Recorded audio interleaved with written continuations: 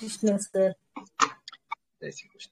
అంతరాయ తిమిరోపశాంతయే శాంత పావనమచింత్య వైభవం తం నరం వపుషి కుంజరం ముఖే మన్మహే కిమపి తుందిలం మహః వసుదేవసుతం దేవం హంసచాణూరమర్ధనం దేవకీ పరమానందం కృష్ణో వందే జగద్గురుం శ్రీకృష్ణో వందే జగద్గురుం. భగవద్బంధువులకు, ఆత్మస్వరూపులకు, సత్యాన్వేషులకు స్వాగతం, సుస్వాగతం. పంచమ వేదమైనటువంటి పవిత్రమైన మహాభారతాన్ని, సంపూర్ణ మహాభారతాన్ని వేదవ్యాసుడు రాసినట్టుగా తెలుసుకుంటున్నాం.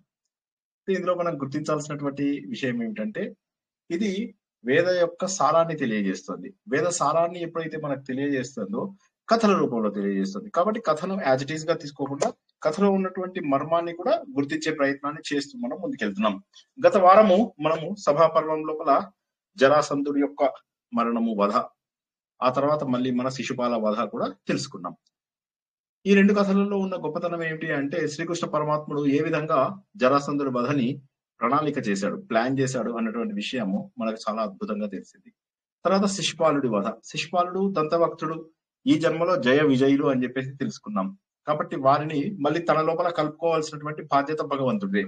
సో ఏదో రకంగా మనకు రెండు రకాల భక్తులు, ఒకటేమో భగవంతుడితో సఖ్య భక్తి, రెండోది ఏంటంటే వైరభక్తి. వాళ్ళు వైరభక్తితో భగవంతుడికి దగ్గరయ్యారు. అలా వైరభక్తితో భగవంతుడికి దగ్గరైనటువంటి ఆ శిశుపాలుని తన లోపల చేర్చుకోవడం గత వారం చూసుకున్నాం. ఏదైతే శ్రీకృష్ణుడికి పెద్దవాళ్ళకు చేయవలసినటువంటి పూజ ఏదైతే ఉందో అది చక్కగా జరిగింది. జరిగిన తర్వాత అందరూ కూడా భయంతో వెళ్ళిపోయారు. చాలా మంది ఏమీ మాట్లాడకుండా ఉండిపోయారు. ఈయన దుర్యోధనుడు మాత్రం ఇంకా అక్కడే ఉండిపోయాడు. సరే, ఏది ఏమైతేనేంటి, చూస్తూ ఆ సభను చూస్తూ కొన్నాళ్ళు ఉందాము అని చెప్పేసి దుర్యోధనుడు ప్రణాళిక తీసుకున్నాడు. ఈ మధ్యలో ఏమైందంటే, ధర్మరాజుకి ఎందుకో సంతోషంగా లేదు. మొత్తం ప్రపంచాన్ని జయించి తను చక్రవర్తిని అయ్యాడు. ఎక్కడెక్కడి నుంచో తమ్ముళ్ళు 4 మూలల నుంచి వెళ్లి గంధర్వులని వారిని కూడా ఓడగొట్టుకుంటూ వచ్చారు. రాక్షస రాజైనటువంటి విభూషణుడి దగ్గరికి కూడా వెళ్లి ప్రణాళిక ప్రకారంగా గిఫ్ట్లన్నీ కూడా తీసుకొచ్చారు, బహుమతులన్నీ కూడా తీసుకొచ్చారు. మాటలైన విషయం కాదు, అది చాలా గొప్పదైనటువంటి విషయం. అయినప్పటికీ కూడా ఇంత కష్టమైనటువంటి రాజసూయ యాగం, ఎందుకంటే ఈ రాజసూయ యాగం చేయడానికి కారణం ఏమిటి, వాళ్ళ నాన్నగారు చెయ్యమన్నారు అని చెప్పి చెప్పడం. పాండురాజుని కలిశాడు నారదుడు చెప్తాడనమాట, మీ నాన్నగారిని కలిశా నేను, ఆయన నిన్ను ఎట్టి పరిస్థితుల లోపల రాజసూయ యాగం చేయమన్నారు అని. సో పాపం కష్టమైనా కూడా తమ్ముళ్ళ సహాయంతో ధర్మరాజు రాజసూయ యాగం చేశాడు. సరే, చేసిన తర్వాత ఓ రోజు వ్యాస మహర్షి ఈయన దగ్గరికి వచ్చాడు. రాగానే ఈయన చాలా సంతోషపడుతున్నాడు. వెతకబోయినటువంటి తీగ కాలికే తగిలింది అన్నట్టుగా వ్యాస మహర్షికి ఆయన ఆనందంగా ప్రణామాలు చేశాడు. తన తమ్ముడితో సహా లేచి చక్కగా అర్ఘ్యపాద్యాదులు ఇచ్చి ఆయనని ఏ విధంగా పూజించాలో పూజించాడు. పూజించిన తర్వాత ఆయనతో అంటున్నాను అనమాట, ఎంతో కష్టమైనటువంటి సామ్రాజ్యాన్ని పొందాము, ఎంతో ఆనందంగా అన్ని కూడా చూసాము, బాగా అద్భుతంగా జరిగింది మన ఫంక్షన్. కాకపోతే ఏదో ఒక లోటు కనిపిస్తుంది పితామహ. ఏంటో ఆ లోటు అనేది తెలియడం లేదు. ఎక్కడో ఉత్పాతాలు కనిపిస్తున్నాయి. కొన్ని మంచి ఉత్పాతాలు ఉంటాయి, కొన్ని మధ్యమమైన ఉత్పాతాలు ఉంటాయి, కొన్ని చెడ్డ ఉత్పాతాలు ఉంటాయి అని చెప్పేసి తెలుసు. అంటే దుశ్శకునాలు. ఉత్పాతాలు అంటే ఏం లేదు, దుశ్శకునాలు. ఇందులో పిడుగుపడింది అనుకో మంచిది, అవి దివ్యాలు. అంటే దివ్యాలు అంటే దేవతలకు సంబంధించినవి అని వాటి అంటారు అనమాట. రెండోది ఏంటంటే అంతరిక్షాలవి, అంటే ధూమకేతువు ఇలాంటివి ఏవైతే చుక్కలు, తోక చుక్కలు ఇవన్నీ ఉంటాయి ఇవి. ఇంకోటి ఏంటంటే భూకంపాలు లాంటివి, అంటే మన భూమి మీద జరిగేటటువంటి, అంటే మొత్తం 3 రకాలు. ఒకటేమో ఆకాశంలో జరిగేది, ఒకటేమో వాతావరణంలో జరిగేది, మరొకటేమో మన భూమి మీద జరిగేది. ఈ 3 లోపల ఈ 3వ దాన్ని జరిగింది ఏదైతే ఉంటుందో, ఈ భూకంపాలు ఏవైతే ఉంటాయో ఇవి చెడ్డవి, బాగా చెడ్డవి. సో ఇవి మరి శిశుపాలుడు ఉన్నప్పుడు ఇవన్నీ కూడా జరిగాయి, ఇంకా ఎక్కువ కూడా జరిగాయి. సో దీనివల్ల ఏమన్నా శిశుపాలుడు మరణం అయిపోయింది, ఇప్పుడు పోనీ చెడు అంతా సమసిపోయిందని చెప్పగలరా తాత మీరు అంటారు అన్నమాట. అంటే ఎప్పుడు ఆయన నవ్వుతాడు అన్నమాట. అంటే గుర్తుంచుకో, ఈ మహా ఉత్పాతాలు ఏవైతే ఉంటాయో, అంటే డేంజరస్ సిగ్నల్స్, చెడ్డ సిగ్నల్స్, ఓమన్ ఏదైతే ఉంటుందో అది చాలా ఏళ్ళు నడుస్తుందయ్యా. 1 రోజు 2 రోజులు నడవదు, అది 13 సంవత్సరాలు ఉంటుంది. కాబట్టి ఒక విషయం నేను నీకు ఫ్యూచర్ చూసి ఇవాళే చెప్తున్నాను, కొద్దిగా మనసు దిటవు చేసుకో. నీ కారణంగా, దుర్యోధనుడి అహంకారం వల్ల, ఈ భీముడు, అర్జునుడు వీళ్ళ యొక్క శక్తి సామర్థ్యాల వల్ల ఈ భూమి మీద రాళ్ళందరూ నాశనం అయిపోతారు, ఒకరితో ఒకరు కొట్లాడుకొని చచ్చిపోతారు. ఒక్కసారిగా అసలు ధర్మరాజుకి శరీరం నుంచి రక్తం తీసేసినట్టుగా అయిపోతుంది అనమాట. ఏం మాట్లాడుతున్నారు తాత, నా వల్ల ఈ ప్రపంచం అంతా నాశనం అయిపోతుంది అంటే, అవును నాయన చెప్పడానికి ఏముంది?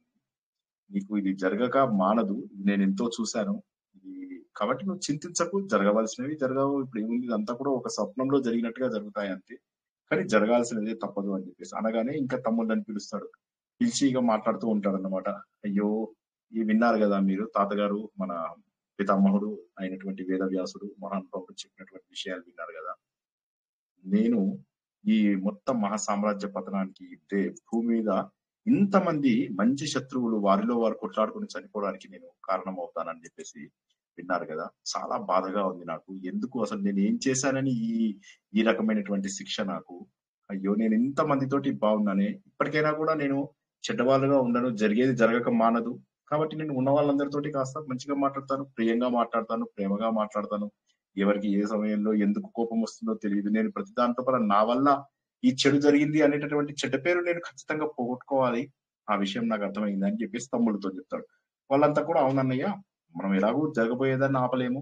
కనీసం ఇంకా ఇదైనా మీరు కొంతవరకు ఆలోచించగలిగేసి ఉంటే అది బెటరు. ఉన్నంత వరకు మనం మంచిగానే ఉండడానికి చేద్దాము అంటే, అప్పటి నుంచి వీళ్ళు ఇంకా యథావిధిగా పితృకార్యాలు ఎక్కువ చేయడము, బ్రాహ్మణులకు ఎక్కువ ఆవులు అవి దానం చేయడము, లోకంలో జనాలందరితో కూడా మంచిగా ఉండడము, ప్రేమగా సుహృద్భావంతో అందరినీ కూడా చక్కగా చూసుకోవడము, ఇవన్నీ కూడా ఇంకా ఎక్కువ చేస్తూ ఆనందంగా ఉంటారన్నమాట. ఇది మన ప్రతిజ్ఞ తమ్ముళ్ళారా, మనం అందరితోటి బాగుందాము. మరి మన గురువు గారు, మన తాతగారు చెప్పినట్టుగా చూస్తేనేమో వంశం నా వల్ల నాశనం అయ్యేటట్టుగా ఉంది అని అంటాడన్నమాట. సరే, ఇదే సమయం లోపల ఈ దుర్యోధనుడు ఆలోచిస్తున్నాడు అనమాట. ఎలాంటివి జరిగాయి నాకు, ఎటువంటి దృశ్యాలు నాకు జరిగాయి. సో ఈ లోపల ఉన్నటువంటి కొన్ని చోట్ల మణులుగా బాగా కనిపించాయి. దగ్గరికి వెళ్ళి చూసేసరికి అక్కడ నీరుందేమో అనుకున్నాను, కానీ నీరు లేదు. ఆ నీరుందేమో అని కొద్దిగా పంచని పైకి అనుకుంటాడు. అనుకుని తీరా చూసి దగ్గరికి వెళ్తే నీరు లేదు. సరే, నీళ్లు లేవని ఇంకో దగ్గరికి వెళ్తేనేమో ఆ నీళ్ళ లోపల పడిపోయాడు. ఇంకొక చోట ఏమైందంటే ఏదో గోడ ఉంది అని చెప్పేసి అనుకున్నాడు. అంటే ఇవన్నీ కూడా రకరకాల మణులు, ఆ మణుల పేర్లు కూడా తెలియనటువంటి మణులతోటి మయసభ చాలా అద్భుతంగా ఉంది. ఆ సభ లోపల అలా ముందుకు వెళ్తూ పడిపోయాడు. పడిపోయిన తర్వాత అప్పుడేమైంది, భీముడు దబదబా అతన్ని చెయ్యిచ్చి అతన్ని పైకి లేపినా కూడా నవ్వుతాడు. క్యాజువల్ గా నవ్వుతారు. పడిపోయావా, అరేరే దాదా ఏమైందని అలా నవ్వుతారు, అంతేగాని ఏదో అతన్ని బాధ పెట్టాలని నమ్మరు కదా. వెంటనే భీముడు ఆర్డర్ చేస్తారు, అందరూ వెళ్ళి పొడి బట్టలు తీసుకురండి అని చెప్పేసి చెప్తే అందరూ వెళ్ళి పొడి బట్టలు తీసుకుని వస్తారు, అవన్నీ తుడుచుకుంటారు. అదే మన నకుల సహదేవులు కూడా చాలా మంచిగా మాట్లాడుతూ ఉంటారు. అయితే దుర్యోధనుడికి మాత్రం అది నచ్చదు. తను పడిపోవడము, తను వెళ్ళి గోడకి ఇలా కొట్టుకోవడము, ఇవన్నీ కూడా నచ్చవన్నమాట. చూసి చాలా బాధపడుతూ ఉంటాడన్నమాట. చూసి ఇంకా ఎంత ఆ చెడుగా ఆలోచిస్తూ ఉంటాడంటే, అప్పుడు అంటాడనమాట, నిర్మల చిత్తులైనటువంటి పాండవులు కానీ వీళ్ళందరికీ వశులైనారు ఈ మొత్తం రాజులంతా కూడా. ఒకరని కాదు, 4 దిక్కులా వెళ్ళినటువంటి రాజులందరూ కూడా పాండవులకి వశమైపోయారు కదా. సో అందరూ వీళ్ళని చూసేసి ఆనందంగా ఉంటున్నారు. సో పాండవులకేమో ఉత్కృష్టంగా ఉన్నారు. కానీ నా మనసు మాత్రం చాలా బాధగా ఉంది, వెలిసిపోతుంది, బాధగా అనిపిస్తుంది.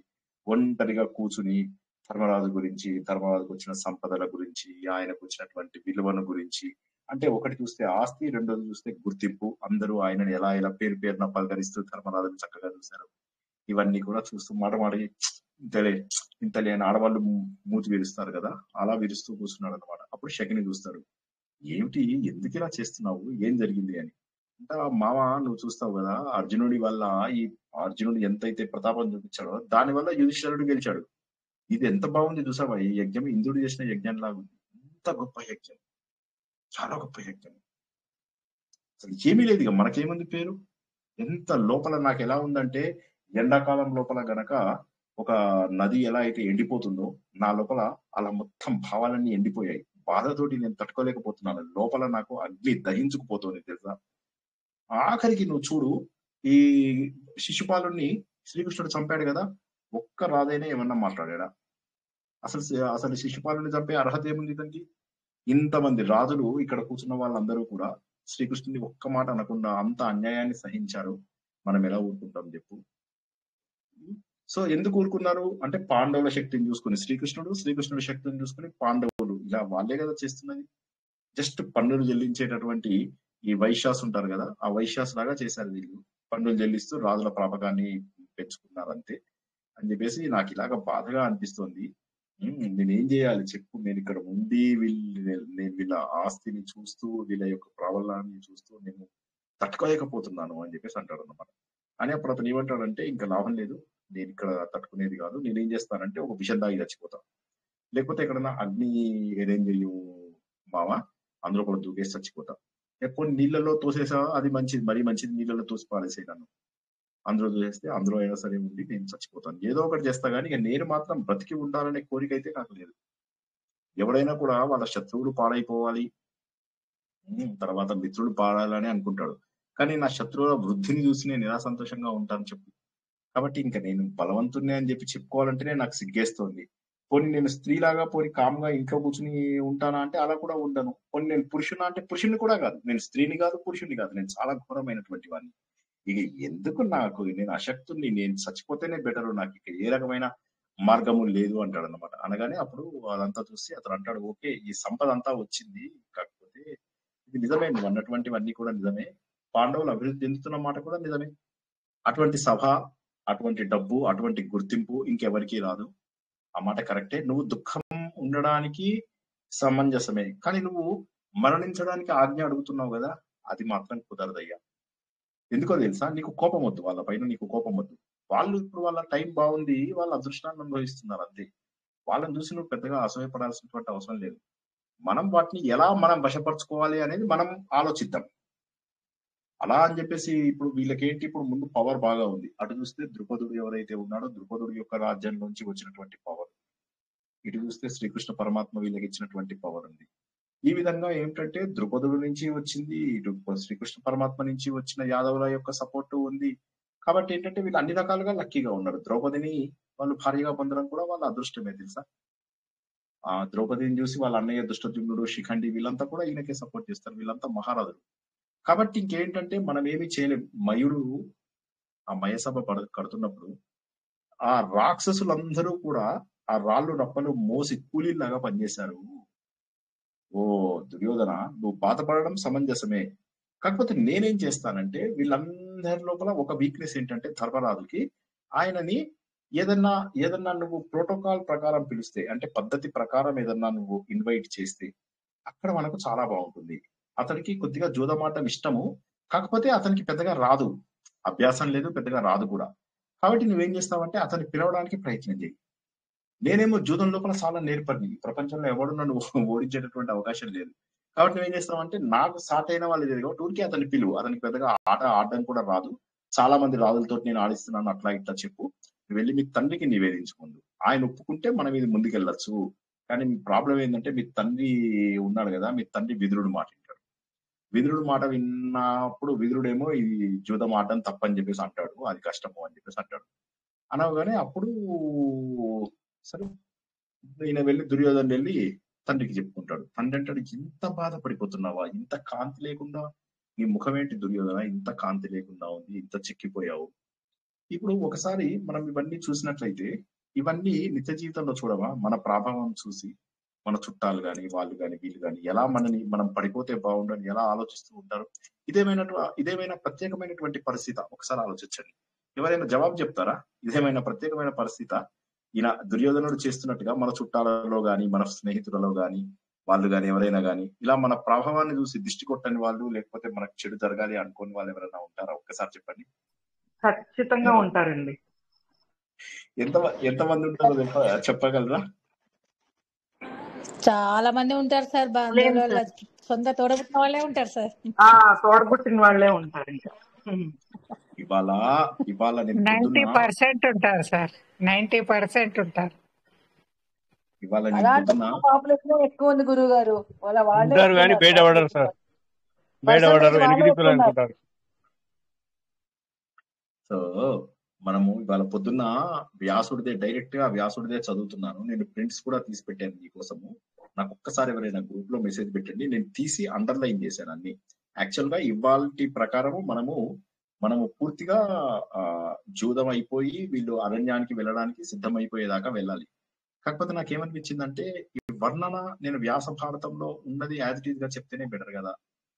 ఎందుకంటే మనము చాలా మంది ఏమనుకుంటామంటే, ఏమనుకోవద్దు మాట అంటున్నందుకు మళ్ళీ నేను మీరందరూ అభివృద్ధి చెందాలని మంచి మాట చెప్తున్నాను తప్పితే నాకేది మీరు ఫంక్షన్స్ చేసుకోకూడదు మీరు అవి కాదు. కానీ ఏమైతుందంటే చెడు జరగడానికి అవకాశం ఎక్కువ ఉంటుంది. ఇదంతా మనము మొత్తం చెప్పుకున్నాక మనము ఎనాలిసిస్ చేసుకోవచ్చు. కాకపోతే నాకు ఏమనిపించిందంటే అది చదువుతుంటే ఒక స్టేజ్ వచ్చిన తర్వాత అసలు తట్టుకోలేకపోయా బాధ. ఒక టైంలో నేను ఎంతసేపు ఏడ్చానంటే అక్కడ నేను కింద చెట్టు కింద కూర్చుని ఇదైతానన్నమాట. నాకు భయం వేసింది. మళ్ళీ నేను ఏడుస్తుంటే ఎవరైనా చూస్తారేమో అని చెప్పి భయం వేసింది. ఒక స్టేజ్ వచ్చాక అసలు వాళ్ళు మాట్లాడుతున్న మాటలు, వాళ్ళ యొక్క క్రూరత్వం ఏమైతుందంటే ఎవరిపైన అన్నిటికంటే కూడా చాలా చెడ్డది అసూయ. ఈ అసూయ ఎంత చెడ్డదో నేను మీకు చెప్పడం కాదు. అసూయ రాగానే మనం దాన్ని గుర్తించాల్సిందే వెంటనే, లేకపోతే అది మనల్ని కాల్ చేస్తుంది. అసూయ దారుణంగా కాల్ చేస్తుంది, దారుణంగా మనల్ని బాధ పెడుతుంది. సభాపర్వంలో చాలా ద్వేషాలు, వాళ్ళకి మళ్ళీ చాలా బాధ కలుగుతుంది సార్. చాలా ఏడుపు వస్తుంది సభాపర్వం చదువుతుంటే. ద్రౌపదికి చేసిన అవమానాలు, అసలు ఎంత భయంకరమైన క్యారెక్టర్స్ ఉంటాయా ఇవే. ఒకవేళ ఇప్పుడున్న టెర్రరిస్ట్లా వీళ్ళందరూ అప్పటి జన్మలో ఉన్న వాళ్ళు వీళ్ళేనా అనిపిస్తుంది. నిజం. అసలు ఇవి చూస్తుంటే ఈయన ఏమంటున్నాడు చూడు, ఈయన దుర్యోధనుడు ఏ స్టేజ్కి వెళ్ళిపోయాడు. నేను చచ్చిపోతాను అంటున్నాడు. నాకేమొద్దు, నేను చచ్చిపోతాను, నాకు ఇవన్నీ అవసరం లేదు, నేను ఇవన్నీ నాకు పెట్టక నేను చచ్చిపోతా, నేను అగ్నిలో దూకుతావా అంటే ఎంత స్టేజ్కి వెళ్ళిపోయాడంటే ఏదో రకంగా ముందు వీళ్ళందరితో ఒప్పించాల్సిందే, నేను ఎలా అయినా సరే వీళ్ళతో ఒప్పించాల్సిందే. నా నాన్న ఒప్పుకోకపోతే ఏంటి, వెదురుడు ఒప్పుకోకపోతే ఏంటి, నేను బ్లాక్ మెయిల్ చేస్తున్నాడు అనమాట. చచ్చిపోతానని బ్లాక్ మెయిల్ కూడా చేస్తున్నాడు తండ్రిని గాని. సో అలా చేస్తూ ఎలాంటి మాటలు అంటున్నానంటే నేను ఏమనుకున్నానంటే ఇది నేను చెప్పకుండా డైరెక్ట్ గా అతను బాగా అసూయపడ్డాడు, తండ్రితో మాట్లాడాడని చెప్పొచ్చు.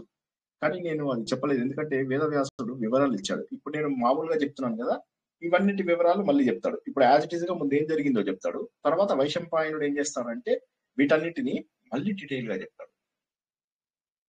వాళ్ళు ఏం మాట్లాడుకున్నారు అనేది డీటెయిల్ గా చెప్తాడు. సరే అవి చూస్తాం. ఇప్పుడు అవి ఏం చెప్పుకున్నారు ఏంటనేది చూద్దాం.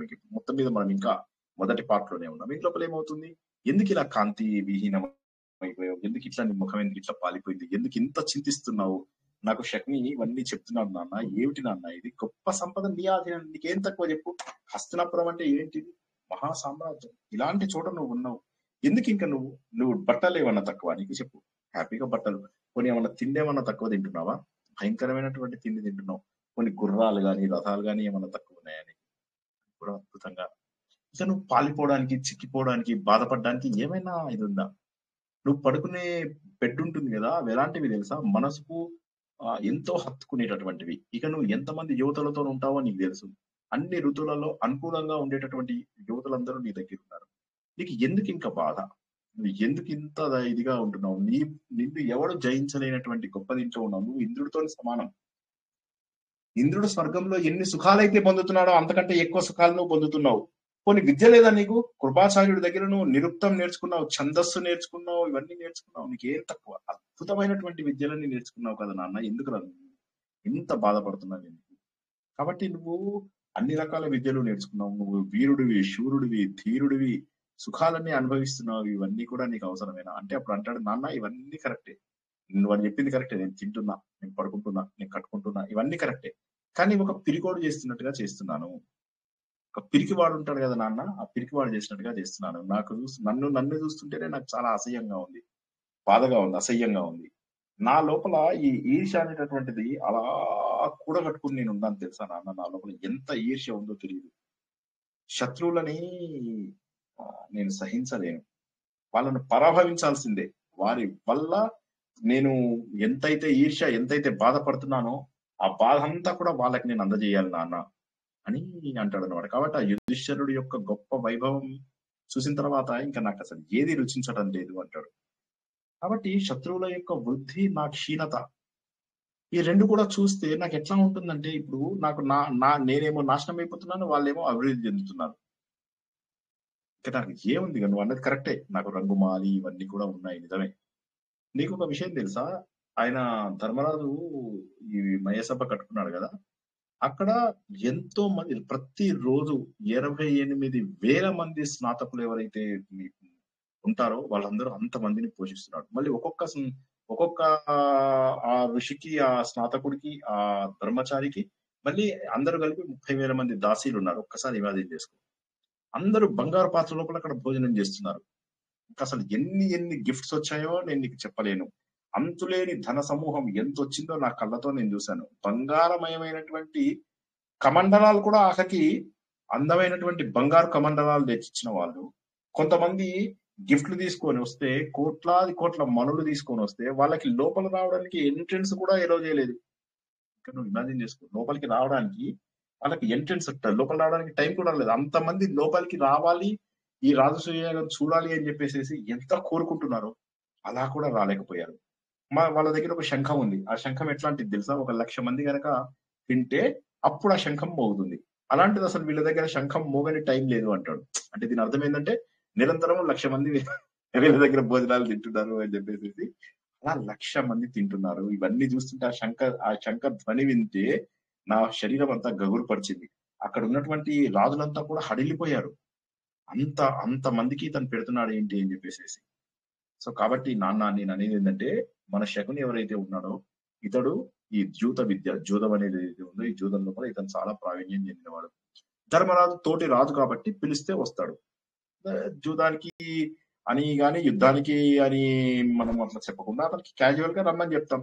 అయితే అతనికి పాచికలేయడం అది రాదు అతనికి, కాబట్టి అతనికి పిలుద్దాం. మోసం చేసైనా సరే అతన్ని మనం గెలుద్దాం నాన్న. కాబట్టి నువ్వే ఆయన సరే అతన్ని వెళ్ళి పిలుచుకురా అంటాడు అనమాట. అనగానే అప్పుడు వెంటనే ఆయన ధృతరాష్ట్రుడు అంటాడు అనమాట, నువ్వు ఏమనుకుంటున్నావురా, విదురుడికి చెప్పకుండా ఎప్పుడైనా నేను ఏదన్నా పని చేశానా? అతడి శాసనాన్ని కాదు అని చెప్పేసి నేను ఏదన్నా ఒకరోజు మాట్లాడడం నువ్వు చూసావా? అతనికి తెలిసి అన్ని తెలిసి ఇవన్నీ చేయడం లోపల. కాబట్టి అతడు ఖచ్చితంగా ఇద్దరికి హితమైనటువంటి పనులు చెప్తాడు. అంటే విదురుడు కనుక నిన్ను కలుసుకుంటే, నాన్న నువ్వు పని చేయలేవు, నువ్వు విదురుడితో చెప్పకు, ఏదో రకంగా చేసేసే, నువ్వు ఏదో రకంగా ఒక కొత్త బిల్డింగ్ కట్టియు, కొత్తది ఏదైనా కట్టించు, నువ్వు ఏమన్నా చెయ్యి, కట్టించేసి ఆ భవనం ఓపెనింగ్ సెరమనీ అని చెప్పేసి చెప్పు, పిలిపించు, అప్పుడు మనము ఆడిద్దాం అనగానే సరే. ఇక అప్పుడు ఏం చేస్తారు, సరే కానీ ఒక 1000 స్తంభాలతో అద్భుతమైనటువంటి ఒక ప్రాంగణం కట్టిద్దాం, ఇది కూడా చాలా సూపర్ ఫాస్ట్ గా కన్స్ట్రక్షన్ అయిపోవాలి, ఇట్లా ఇవ్వాలంటే రేపు 3 నెలల్లో కంప్లీట్ అయిపోవాలి, అలాంటిది కట్టించండి అని చెప్పి అప్పుడు వెంటనే మెల్లగా విదురుడి దగ్గరికి పంపిస్తాడనమాట. ఎందుకంటే ఇతనికి తప్పని తెలిసినప్పటికీ కూడా ఏం అనలేకుండా, అయితే ఏం అనలేదని కాదు, ఇది తర్వాత మళ్ళీ మనకు వైశంపాయనుడు చెప్తాడు, అది కావాలనే నేను ఆ సస్పెన్స్ అలా కొనసాగిస్తున్నా అని చెప్పేసి వెంటనే విదురుడిని పిలిపిస్తాడు. ముందు కథ చెప్పేసి తర్వాత అసలు ఏమనుకున్నాను విదురుడు వస్తాడు.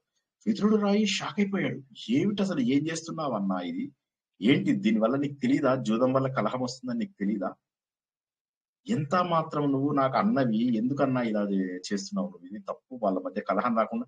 అరే కలహం ఏమొస్తుందా, వాళ్ళు ఆడుకుందాం అనుకుంటున్నారు, ఏముంది, నా పుత్రుడు పాండుపుత్రుడు వీళ్ళందరికీ కలహం రాదు, ఇందులో సందేహం ఎవరెవరు ఉన్నారు ఇక్కడ, భీష్ముడు, ద్రోణుడు, కృపాచార్యుడు, నువ్వు, నేనుంటాను, వీళ్ళందరినీ ఇది చేయకు, ఇక వాళ్ళు ఆడుకోవడం గురించి అంటావా, నా నిర్ణయం కాదు, దైవ నిర్ణయం, కాబట్టి నువ్వు నా డెసిషన్ ని క్వశ్చన్ చేయకు డైరెక్ట్. ఆయన షాక్ అయిపోతాడు విదురుడు, ఎందుకంటే ఆ రోజు వరకు కూడా విదురుడు చెప్పని పని ఏది చెయ్యడు, ఎందుకంటే విదురుడు చాలా తెలివైన వాడు, అండ్ ధృతరాష్ట్రుడు శక్తిమంతుడు, మరీ చెడ్డవాడు కూడా కాదు, పుత్ర ప్రేమ అతన్ని చెడుగా చేసింది. ఇప్పుడు మనందరము ధృతరాష్ట్రులమే అని గుర్తుంచుకోండి, మనందరము ధృతరాష్ట్రులమే. సో అతను అంటాడు ఇంకా సరే ఇది తప్పదు అని చెప్పేసి అనగానే, సరే ఏమైతే అదైంది, నువ్వు సూపర్ ఫాస్ట్ గా వెళ్ళిపో ఇప్పుడు అని చెప్పేసి చెప్తాడు అనమాట. సరే అని చెప్పేసి అప్పుడు ఇంకా వెళ్ళిపోగానే అప్పుడు అడుగుతాడు, నాన్న ఇప్పుడు చెప్పు అసలు ఏంటి, ఎందుకింత నువ్వు కుమిలిపోతున్నావు, వెళ్ళాడు కదా విదురుడు, వెళ్ళాడు కదా, ఏం జరిగింది అసలు, ఎందుకింత బాధపడుతున్నావు అంటే నాన్న తెలుసు కదా ఈర్ష్య అంటే, నాన్న ఎవరి మీద నువ్వు ఈర్ష్య పడుతున్నావు, విదురుడు వెళ్ళాడు సరే వెళ్ళిపోయాడు, ఆయన విదురుడు వెళ్ళాడు, నేను చెప్పినట్టే చేస్తున్నాను, కానీ ఎందుకు నువ్వు ఆలోచిస్తున్నావు, జూదం వద్దు, నా మాట విను. ఇది ఎవరు చెప్తున్నారు, హలో నిద్రపోయిన వాళ్ళందరూ లేచి చెప్పండి ఒకసారి. ధృతరాష్ట్రుడు. ఆశ్చర్యంగా ఉంది కదా, ఇది ఎక్కడన్నా మనం తెలుసుకున్నామా అసలు, ఈ తర్వాత కొద్దిసేపటి పాటు ధృతరాష్ట్రుడు ఎంతసేపు చెప్తాడో చూసుకో, ఎన్ని మాటలు చెప్తాడు తెలుసా, ఎన్ని మాటలు చెప్తాడు. విదురుడు చెప్పిన ప్రతి మాట కూడా అతడు చెబుతూ ఉంటాడు, నాన్న నువ్వు చేస్తున్నది తప్పురా, చాలా తప్పురా, నువ్వు చేస్తున్నది మాత్రం చాలా తప్పురా, ఇది మటుకు నువ్వు చెయ్యకు, నీకు ఒక విషయం తెలుసా, దీనివల్ల నీకు ఏమీ అవ్వదు, ఏ రకమైన మంచి జరుగుతుందని మాత్రం నాకు అనిపించడం లేదు. గొప్ప వాళ్ళందరూ కూడా వచ్చి నీతి శాస్త్రాలలో ఉన్నటువంటి విషయాలు చెప్పిన వాటికి నేను పాటిస్తాను. విదురుడు మహానుభావుడైనటువంటి యమధర్మరాజు యొక్క అంశ, మహామేధావి, ఆయన సర్వశ్రేష్ఠుడు.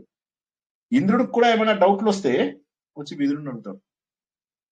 ఇప్పుడు మనం నేర్చుకుంటున్న దాన్ని సభాపర్వం అంటాం. సభాపర్వం మొత్తము పొలిటికల్ సైన్స్, రాజకీయాలు, ఇవన్నీ ఈ రోజుల్లో మనము కాంగ్రెస్ పార్టీ, బీజేపీ ఈ ఉంటాయి కదా, ఈ పార్టీలు మన నార్త్ ఇండియాలో ఉన్నటువంటి ఆమ్ ఆద్మీ పార్టీ, విలువలు లేని పార్టీలు చాలా ఉన్నాయి కదా, అలాంటి పార్టీలన్నీ ఎలా ఎలా అయితే ఉంటాయి అలా ఉంటాయి. ఇతను అంటాడు అనమాట, నువ్వు ఒక విషయం గుర్తుంచుకో, విదురుడు అంటే ఏమనుకుంటున్నావురా, విదురుడు మహానుభావుడురా, మహా సర్వశ్రీ. అతను ఈవెన్ ఈ వృష్ణి వంశీయులు అంటే మన శ్రీకృష్ణుడి వంశీయులు ఉంటారు కదా, వాళ్ళంతా కూడా పూజిస్తారు తెలుసా విదురుడిని. జూదం వద్దు నాన్న, జూదం లోపల కలహమే కనిపిస్తుంది నాకు, ఇంకా వేరేది ఏం కనిపించడం లేదు. నీకేం తక్కువైంది? నువ్వు నీ తాత నీ తండ్రి ఏదైతే పొందారో అదే నువ్వు కూడా పొందుతున్నావు కదా, నీకేం రోగం? గొప్ప శాస్త్రాలలో నువ్వు పండితుడు అయ్యావు. ఇంట్లో అందరికంటే కూడా ఎక్కువ ముద్దు చేసింది నిన్నే. జస్ట్ ఇమాజిన్ చేసుకోండి, వ్యాస భారతంలో ఇవన్నీ ఉన్నాయి.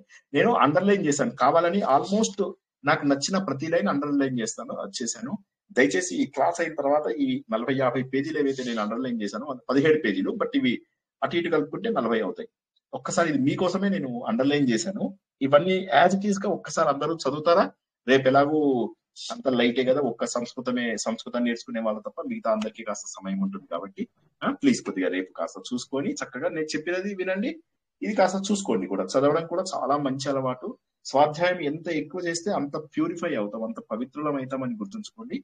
కొద్దిగా దయచేసి చదువుకోవడం ఇది చేయండి. వాళ్ళు ఎవరు? నీ అన్నదమ్ముళ్ళ. ఈ అన్నదమ్ములలో నీకేం శుభాలు అందలేదు చెప్పు. నీవు పెద్దవాడిగా ఇక్కడ నీ తమ్ముళ్ళు 99 మంది తమ్ముళ్ళు, నీ చెల్లెలు, నీ మాట ఒక్కసారి జవదాటిని నాకు చూపెట్టు. ఎప్పుడైనా అయిందా? సరే పోనీ ఇతర జనాలు ఉన్నారు, ఎవడైనా నీతో అసంతృప్తిగా ఉన్నాడో చూపించు. నీ రాజ్యంలో ప్రతి ఒక్కరు నిన్ను ఇష్టపడే వాళ్ళే ఉన్నారు. ఎందుకు ఇట్లా చేస్తున్నావు? శాస్త్రాలలో నువ్వు పండితుడివి, నిత్యము నువ్వు అందరినీ శాసిస్తూ, నిన్ను చూస్తుంటే ఎవరైనా చూస్తే ఇంద్రుడా అనుకుంటారు. నాకు ఎంత గర్వం అనిపిస్తుంది తెలుసా? ఇంత దుఃఖదాయమైనటువంటి స్థితి ఏమిటిరా నీకు? అంటే నిజమే, నన్ను జ్యేష్ఠుడు శ్రేష్ఠుడు అని తలిచినందుకే యుధిష్ఠిరుడు కూడా రత్నాలు స్వీకరించడానికి. ఇప్పుడు ఒక్కసారి ఆలోచించండి, ఏమన్నా ధర్మరాజు కరెక్ట్ పని చేశాడా? బై ద వే, దుర్యోధనుడికి ఏ డ్యూటీ ఇచ్చాడని చెప్పాను?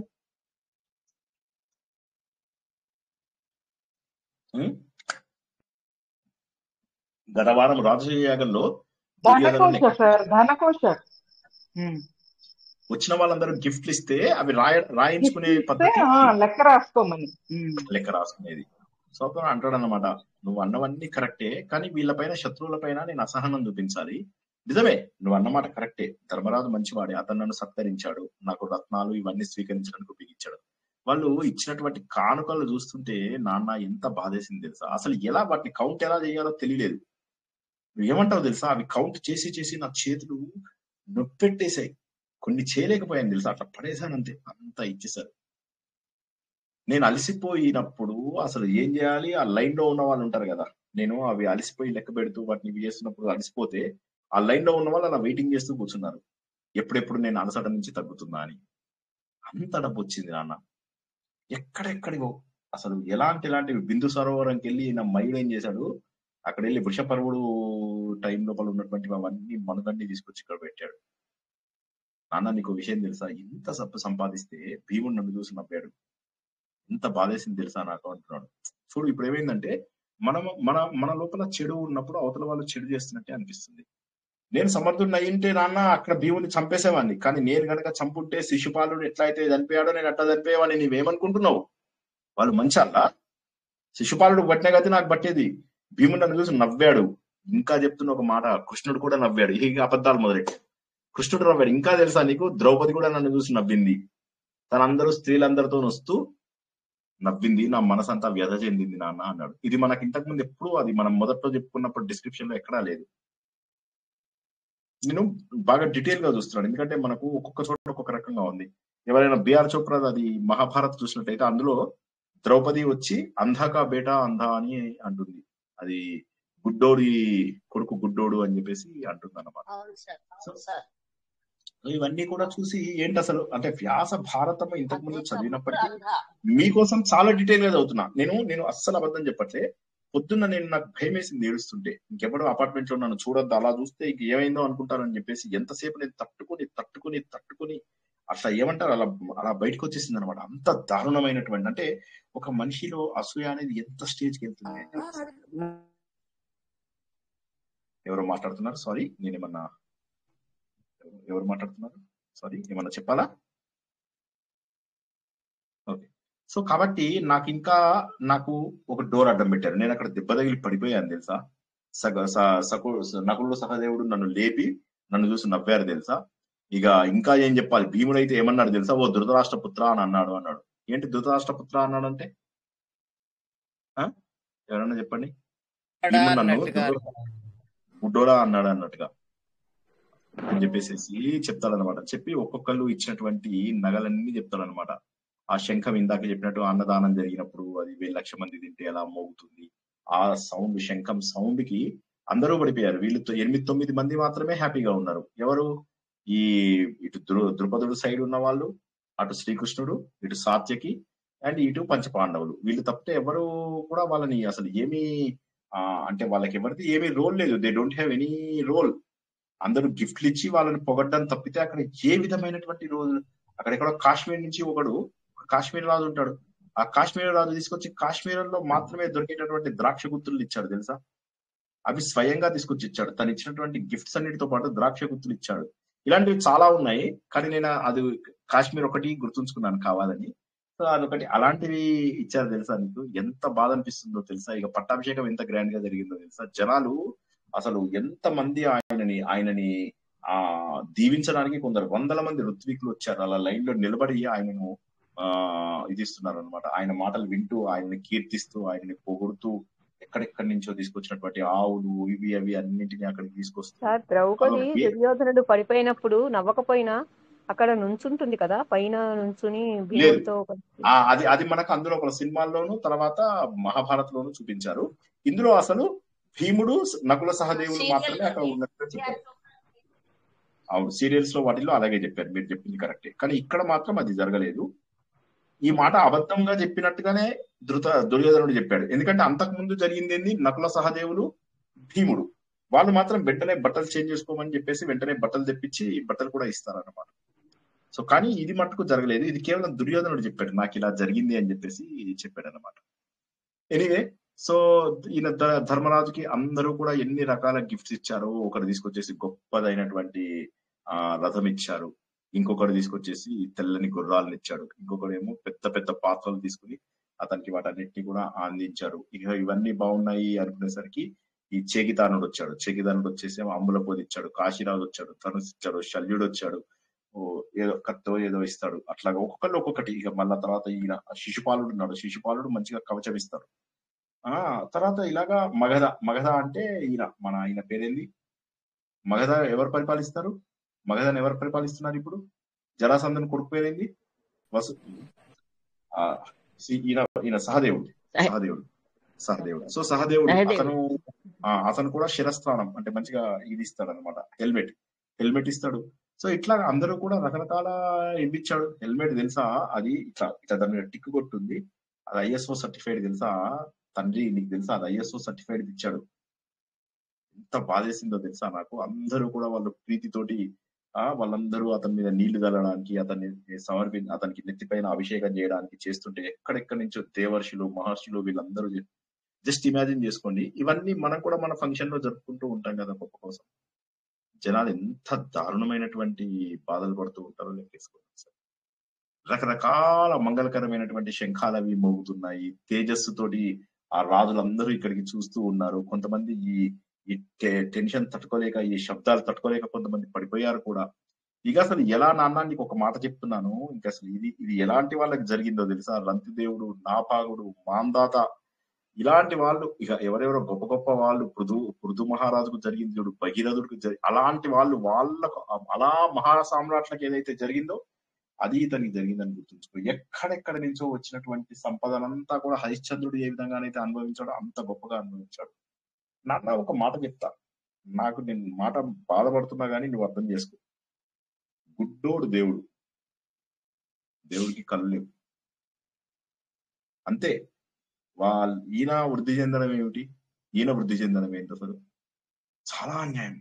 అనగానే అప్పుడు అంటాడు, నాన్న తప్పురా. వెంటనే ధృతరాష్ట్రుడు క్యాచ్ చేస్తాడు. నాన్న నువ్వు తప్పు మాట మాట్లాడుతున్నావు, తప్పు ఇది. నువ్వేమనుకుంటున్నావు, నువ్వు నా పెద్ద కొడుకువి, నువ్వు పట్టపురాని గర్భాన నువ్వు జన్మించావు. ఈయన కూడా చాలా మంది భార్యలు ఉంటారు, 101 మంది భార్యలు ఉంటారు. నువ్వు నా పట్టపురాని దగ్గర నువ్వు ద్వేషించేటటువంటిది ఎప్పుడు నువ్వు ద్వేషిస్తావో అప్పుడు అవతల వాడు అంతకంటే ఎక్కువ సుఖాన్ని అనుభవిస్తాడు. అందులో నువ్వు ఎవరిని ద్వేషిస్తున్నావో తెలుసా? ధర్మరాజుని. ఆ ధర్మరాజుకి పాపం కల్లా కపటం తెలియనటువంటి అమాయకుడు, ధర్మం తప్ప మరేది తెలియదు. నీతోటి సమానమైనటువంటి భావం ఉంది. నువ్వు వేరు తను వేరని ఎప్పుడు అనుకోడు. నువ్వు వేరు తను వేరు. నువ్వు ద్వేషిస్తున్నావు కానీ అతను నిన్ను ఎప్పటికీ ద్వేషించడు. గుర్తుంచుకో. వాళ్ళు ఎవరనుకుంటున్నావురా? వీళ్ళందరూ కూడా భయంకరమైనటువంటి పరాక్రమం కలిగినటువంటి వాళ్ళు. నీకు చెప్పు, అలాంటి యజ్ఞము యాగం ఏదైనా చేయించాలంటే అంతకంటే గ్రాండ్ గా చేయించేటటువంటి బాధ్యత నాది. తీసుకొద్దాం మంచిగా ఏకదం ఫస్ట్ క్లాస్ చైర్లు, ప్లాస్టిక్ చైర్లు, మన నీలకమల్ చైర్లు. నువ్వేం చెప్తావో చెప్పు. నీలకమల్ చైర్లు కాకపోతే సోఫాలు వేయిద్దాం, అందరికి సోఫాలు వేయిద్దాం. ఫర్నిచర్ వరల్డ్, బంతియా వీళ్ళందరూ ఉన్నారు కదా. అవి అంటే బంతియా లో క్వాలిటీ నాన్న, అదొద్దు అంటే సరే నీకు ఎక్కడ కావాలంటే అక్కడ చేపిస్తాను, నువ్వు ఏది కావాలో చెప్పు అని అంటున్నాడు అనమాట. అంటే చెప్తున్నాడు నా అని చెప్పి, నాన్న ఒకటి గుర్తుంచుకో తండ్రి పిల్లాడికి చెప్తున్నాడు, నువ్వు ఎంత కష్టం వచ్చినా ఆపదల లోపల కృంగిపోని వాడు ఆ ధర్మరాజు. పొరపాట్లు చేయనటువంటి వాడు, వినయశీలుడు. ఇటువంటి వాడే శుభాలను పొందగలుగుతాడు. నువ్వు అటువంటి దారిలో వెళ్ళాలి. పాండుపుత్రులు అంటే ఎవరనుకుంటున్నావు? నీ చేతులు, నీ 2 చేతులు నువ్వు నరుక్కుంటావా? ఒక్కసారి ఇప్పుడు ఆలోచిస్తే ధృతరాష్ట్రుడిని మనం ఎంత చెడ్డగా చూసామో ఆలోచించండి. సార్ ఆశ్చర్యం అనిపిస్తుంది ఇటువంటి బోధ చేస్తుందంటే. సో అదే చెప్తున్నా నేను. ఏమైతుందంటే మనము రకరకాల కథలు వినడం ద్వారా, రకరకాల వర్షన్స్ వినడం ద్వారా ఒరిజినల్ వర్షన్ కోరుకుంటున్నాం. అందుకోసమే నేను ఏమంటున్నానంటే ఒక్కసారి నాకు మెసేజ్ పెట్టండి, మళ్ళీ మీరు చదువుకోండి. నేను చెప్పేది చెప్తాను. నేను చెప్పేది చాలా వరకు 80% నా నోట్స్ చూసుకునే చెప్తున్నాను నేను కూడా. సో నేను చాలా వరకు కవర్ చేస్తున్నాను. అయితే ఉన్నట్టుగా చెప్పడం ఎవరి వల్ల సాధ్యం కాదు. సో కేవలం నా నోట్స్ లో ఎంత వరకు ఉందో అంతవరకు మాత్రం నేను చెప్పగలుగుతున్నాను. ఓకేనా? ఎందుకంటే ఇది ఫస్ట్ టైం నేను ఒక నోట్స్ లాగా నాకు అంత ఆశువుగా చెప్పడం ఇది. అలాంటిది నోట్స్ లాగా సంస్కృతంలో కొన్ని చూసి చెప్తా కానీ అసలు మామూలుగా నాకు అలవాటే లేదు. అలాంటిది నేను ఇది నోట్స్ రాసుకుని కూడా చెప్పాల్సి వచ్చింది. ఎందుకంటే డైరెక్ట్ కథ చెప్పక్కర్లా, వీళ్ళ మాటలు ఇలాంటివి చెప్తున్నారు తెలుసా. నువ్వు అసలు ఆలోచించు. నువ్వే అప్పుడు వాడు ఊరుకోడు, ధర్మరాజు వాడు దుర్యోధనుడు ఊరుకోడు. అతను ఏమంటాడంటే, నాన్న నీకు అసలు తెలివి లేదు, విదురుడు చెప్పిన మాటలు నువ్వు వింటున్నావు అంతే. విదురుని యొక్క బుద్ధిని నువ్వు ఆశ్రయించినటువంటి వాడివి. నువ్వు నన్ను పట్టించుకోవడం లేదు ఎందుకు? నన్ను కొడుకుని కాదా నీకు? నేను శ్రద్ధ లేదా? నువ్వు ఏమన్నా ద్వేషిస్తున్నావా నాన్న? నువ్వు తండ్రివి నాకు, father, you are my father. English లో కూడా చెప్తా కావాలంటే, ఇంగ్లీష్ లో కూడా చెప్తాడు దుర్యోధనుడు. ఆ రోజుల్లో ఆయన ఇంగ్లీష్ లో కూడా చెప్తాడు, you are my father and I'm your son. చెప్పిన తర్వాత ఈయన ఆశ్చర్యపోతాడు. సో నాన్న నువ్వు కనుక వినకపోతే అసలు ఇంకా నీ పిల్లలు ఎవరు ఇక పైకి రారు. ఇంకా మేము ఎప్పుడు కూడా భవిష్యత్తులో కూడా మేము ఎంతకు పనికిరాని వాళ్ళం ఉంటాము. అయితే నాన్న నువ్వేమంటున్నావు? ధర్మాల గురించి మాట్లాడుతున్నావు. నాకు తెలియదా ధర్మాలు? నువ్వే అన్నావు నాకు ధర్మాలు కూడా తెలుసని కదా. దాంట్లోంచి నీకు కూడా చెప్తాను, గుర్తుంచుకో. ఈ లోక వ్యవహారం కంటే రాజ వ్యవహారం గొప్పది అని బృహస్పతి చెప్పాడు. అంటే లోక వ్యవహారం అంత లౌకిక వ్యవహారాలు ఏవైతే ఉంటాయో వాటికంటే కూడా నన్ను రాజ్యానికి సంబంధించినవి చేస్తున్నాను. రేపు నా రాజ్యంలో జనాలందరూ ఏమంటారు? దుర్యోధనకి ఏం తెలియదు అంటారు. కాబట్టి నాన్న మనం చేసే దాని లోపల ధర్మమా అధర్మమా కాదు, క్షత్రియుడికి ఏంటంటే జయం లోపలే. నువ్వు ఏదన్నా జరుగు, నువ్వు ముందు అతను విజయం సాధించవలసిందే.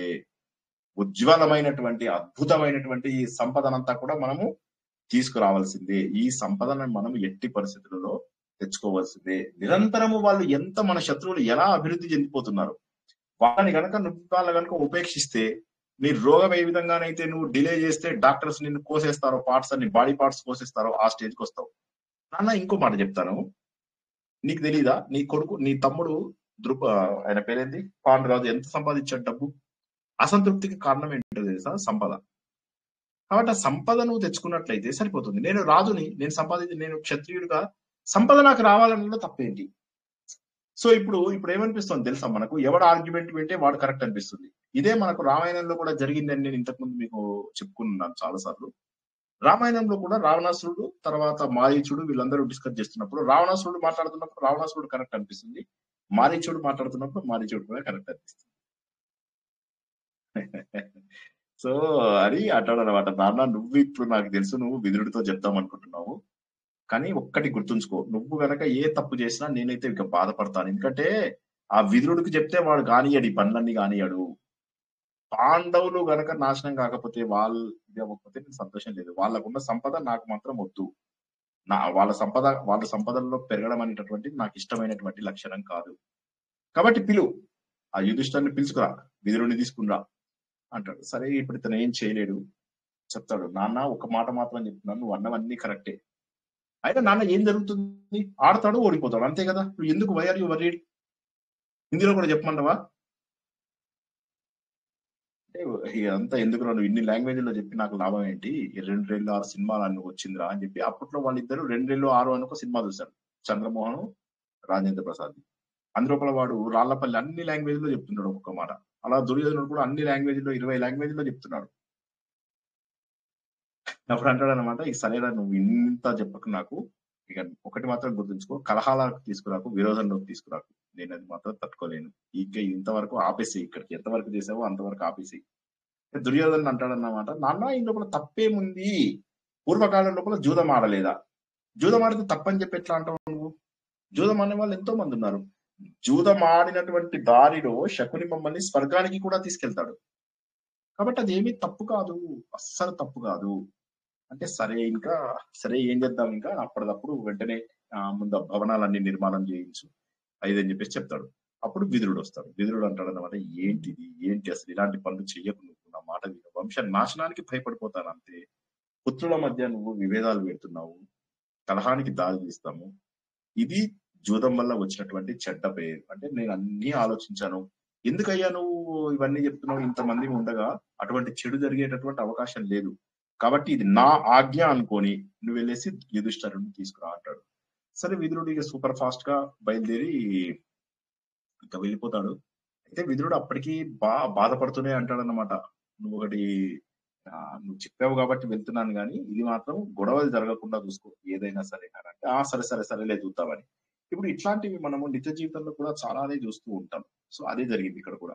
సరే వెళ్ళి మొత్తం మీద అక్కడికి వెళ్తాడు, అందరూ కూడా ఈయన చూసి చాలా సంతోషపడతారు, అందరూ ఎలా ఉన్నారు ఏంటి అన్ని కుశల ప్రశ్నలు అవి తీసిన తర్వాత అప్పుడు చెప్తాడు అనమాట, ఇట్లా ఆయన నన్ను పిలిచారు దీనికి అంటాడు. ఈయన అంటాడు, జూదం అనర్థ కారణం కదా, నీకు తెలియదు, విదురుని అడుగుతాడు అనమాట ధర్మరాజు. అప్పుడు ఆయన అంటాడు అనమాట, నాకు తెలుసు జూదము అనర్థ కారణం అని నాకు తెలుసు, కాకపోతే ఇక్కడ నీకు పిలిచింది ఎవరు, నీ తండ్రి, ఇప్పుడు చెప్పు, నువ్వు నీ తండ్రి ఆజ్ఞ పాటిస్తావా లేదా. విదురుడు చెప్పేస్తాడు డైరెక్ట్ గా. చెప్పగానే పాపం ఇతనికి అసంతృప్తిగా ఉంటుంది, నేను ఏ రకంగా కావాలంటే సభ ఓపెనింగ్ అన్నావు కాబట్టి వస్తాను, కానీ ఈ జూదం ఆడడం ఏంటి మధ్య లోపల అంటే, ఊరికే రా, అక్కడ అందరూ ఒక్కడే కాదు చాలా మంది రాజులు ఉంటారు అంటే. అప్పుడు ఈయన అంటాడు అనమాట, ఎవరెవరు ఆడతారు నాతోటి ఈ జూదం అని మళ్ళీ అడుగుతాడు. కొద్దిగా డౌట్ ఉంది ధర్మరాజుకి, ఇవి మనం ఎక్కడా చూసింది లేదు, ధర్మరాజు ఒక బానిస ఇవన్నీ కూడా విన్నాం, కానీ అది కూడా తప్పే. చూసారా ఎంత షాకింగ్ థింగ్స్, ఇవన్నీ కూడా మనం విన్నవి వేరు, ఇక్కడ వ్యాస భారతంలో ఉన్నది వేరు. అతను అంటాడు, లేదు శకునితో కూడా నువ్వు ఆడాలి అంటాడు. అతను నేర్పరి, అతను చాలా మందిని ఓడగొట్టినవాడు అని. అంటే చాలా మంది మోసగాళ్ళు అక్కడ ఉన్నారు, సో ఈ జగత్తంతా కూడా మోసమైంది, అందులోపల వీడు ఇంకా మరీ దుర్మార్గుడు, కానీ తండ్రి ఇష్టము అని చెప్పి చెప్తున్నావు కాబట్టి తండ్రి మాట నేను నెరవేరకుండా వస్తున్నాను, కాకపోతే శకునితో జూదం ఆడడం అనేది నాకు ఇష్టం లేదు అంటే, లేదు అవసరం వస్తే తప్పదు, నువ్వు ఆడాల్సిందే, దుర్యోధనుడితో ఆడతా నేను, శకునితో ఆడడం ఏంటి, లేదు నువ్వు ఆడాల్సిందే అంటాడు. సరే మొత్తం మీద అందరూ కూడా రాత్రందరూ రెడీ అయిపోండి, దగ్గరే కదా, మరీ ఎక్కువ దూరం కాదు, మనం అందరం కలిసి వెళ్దాము అని చెప్పేసి అంటాడు అనమాట.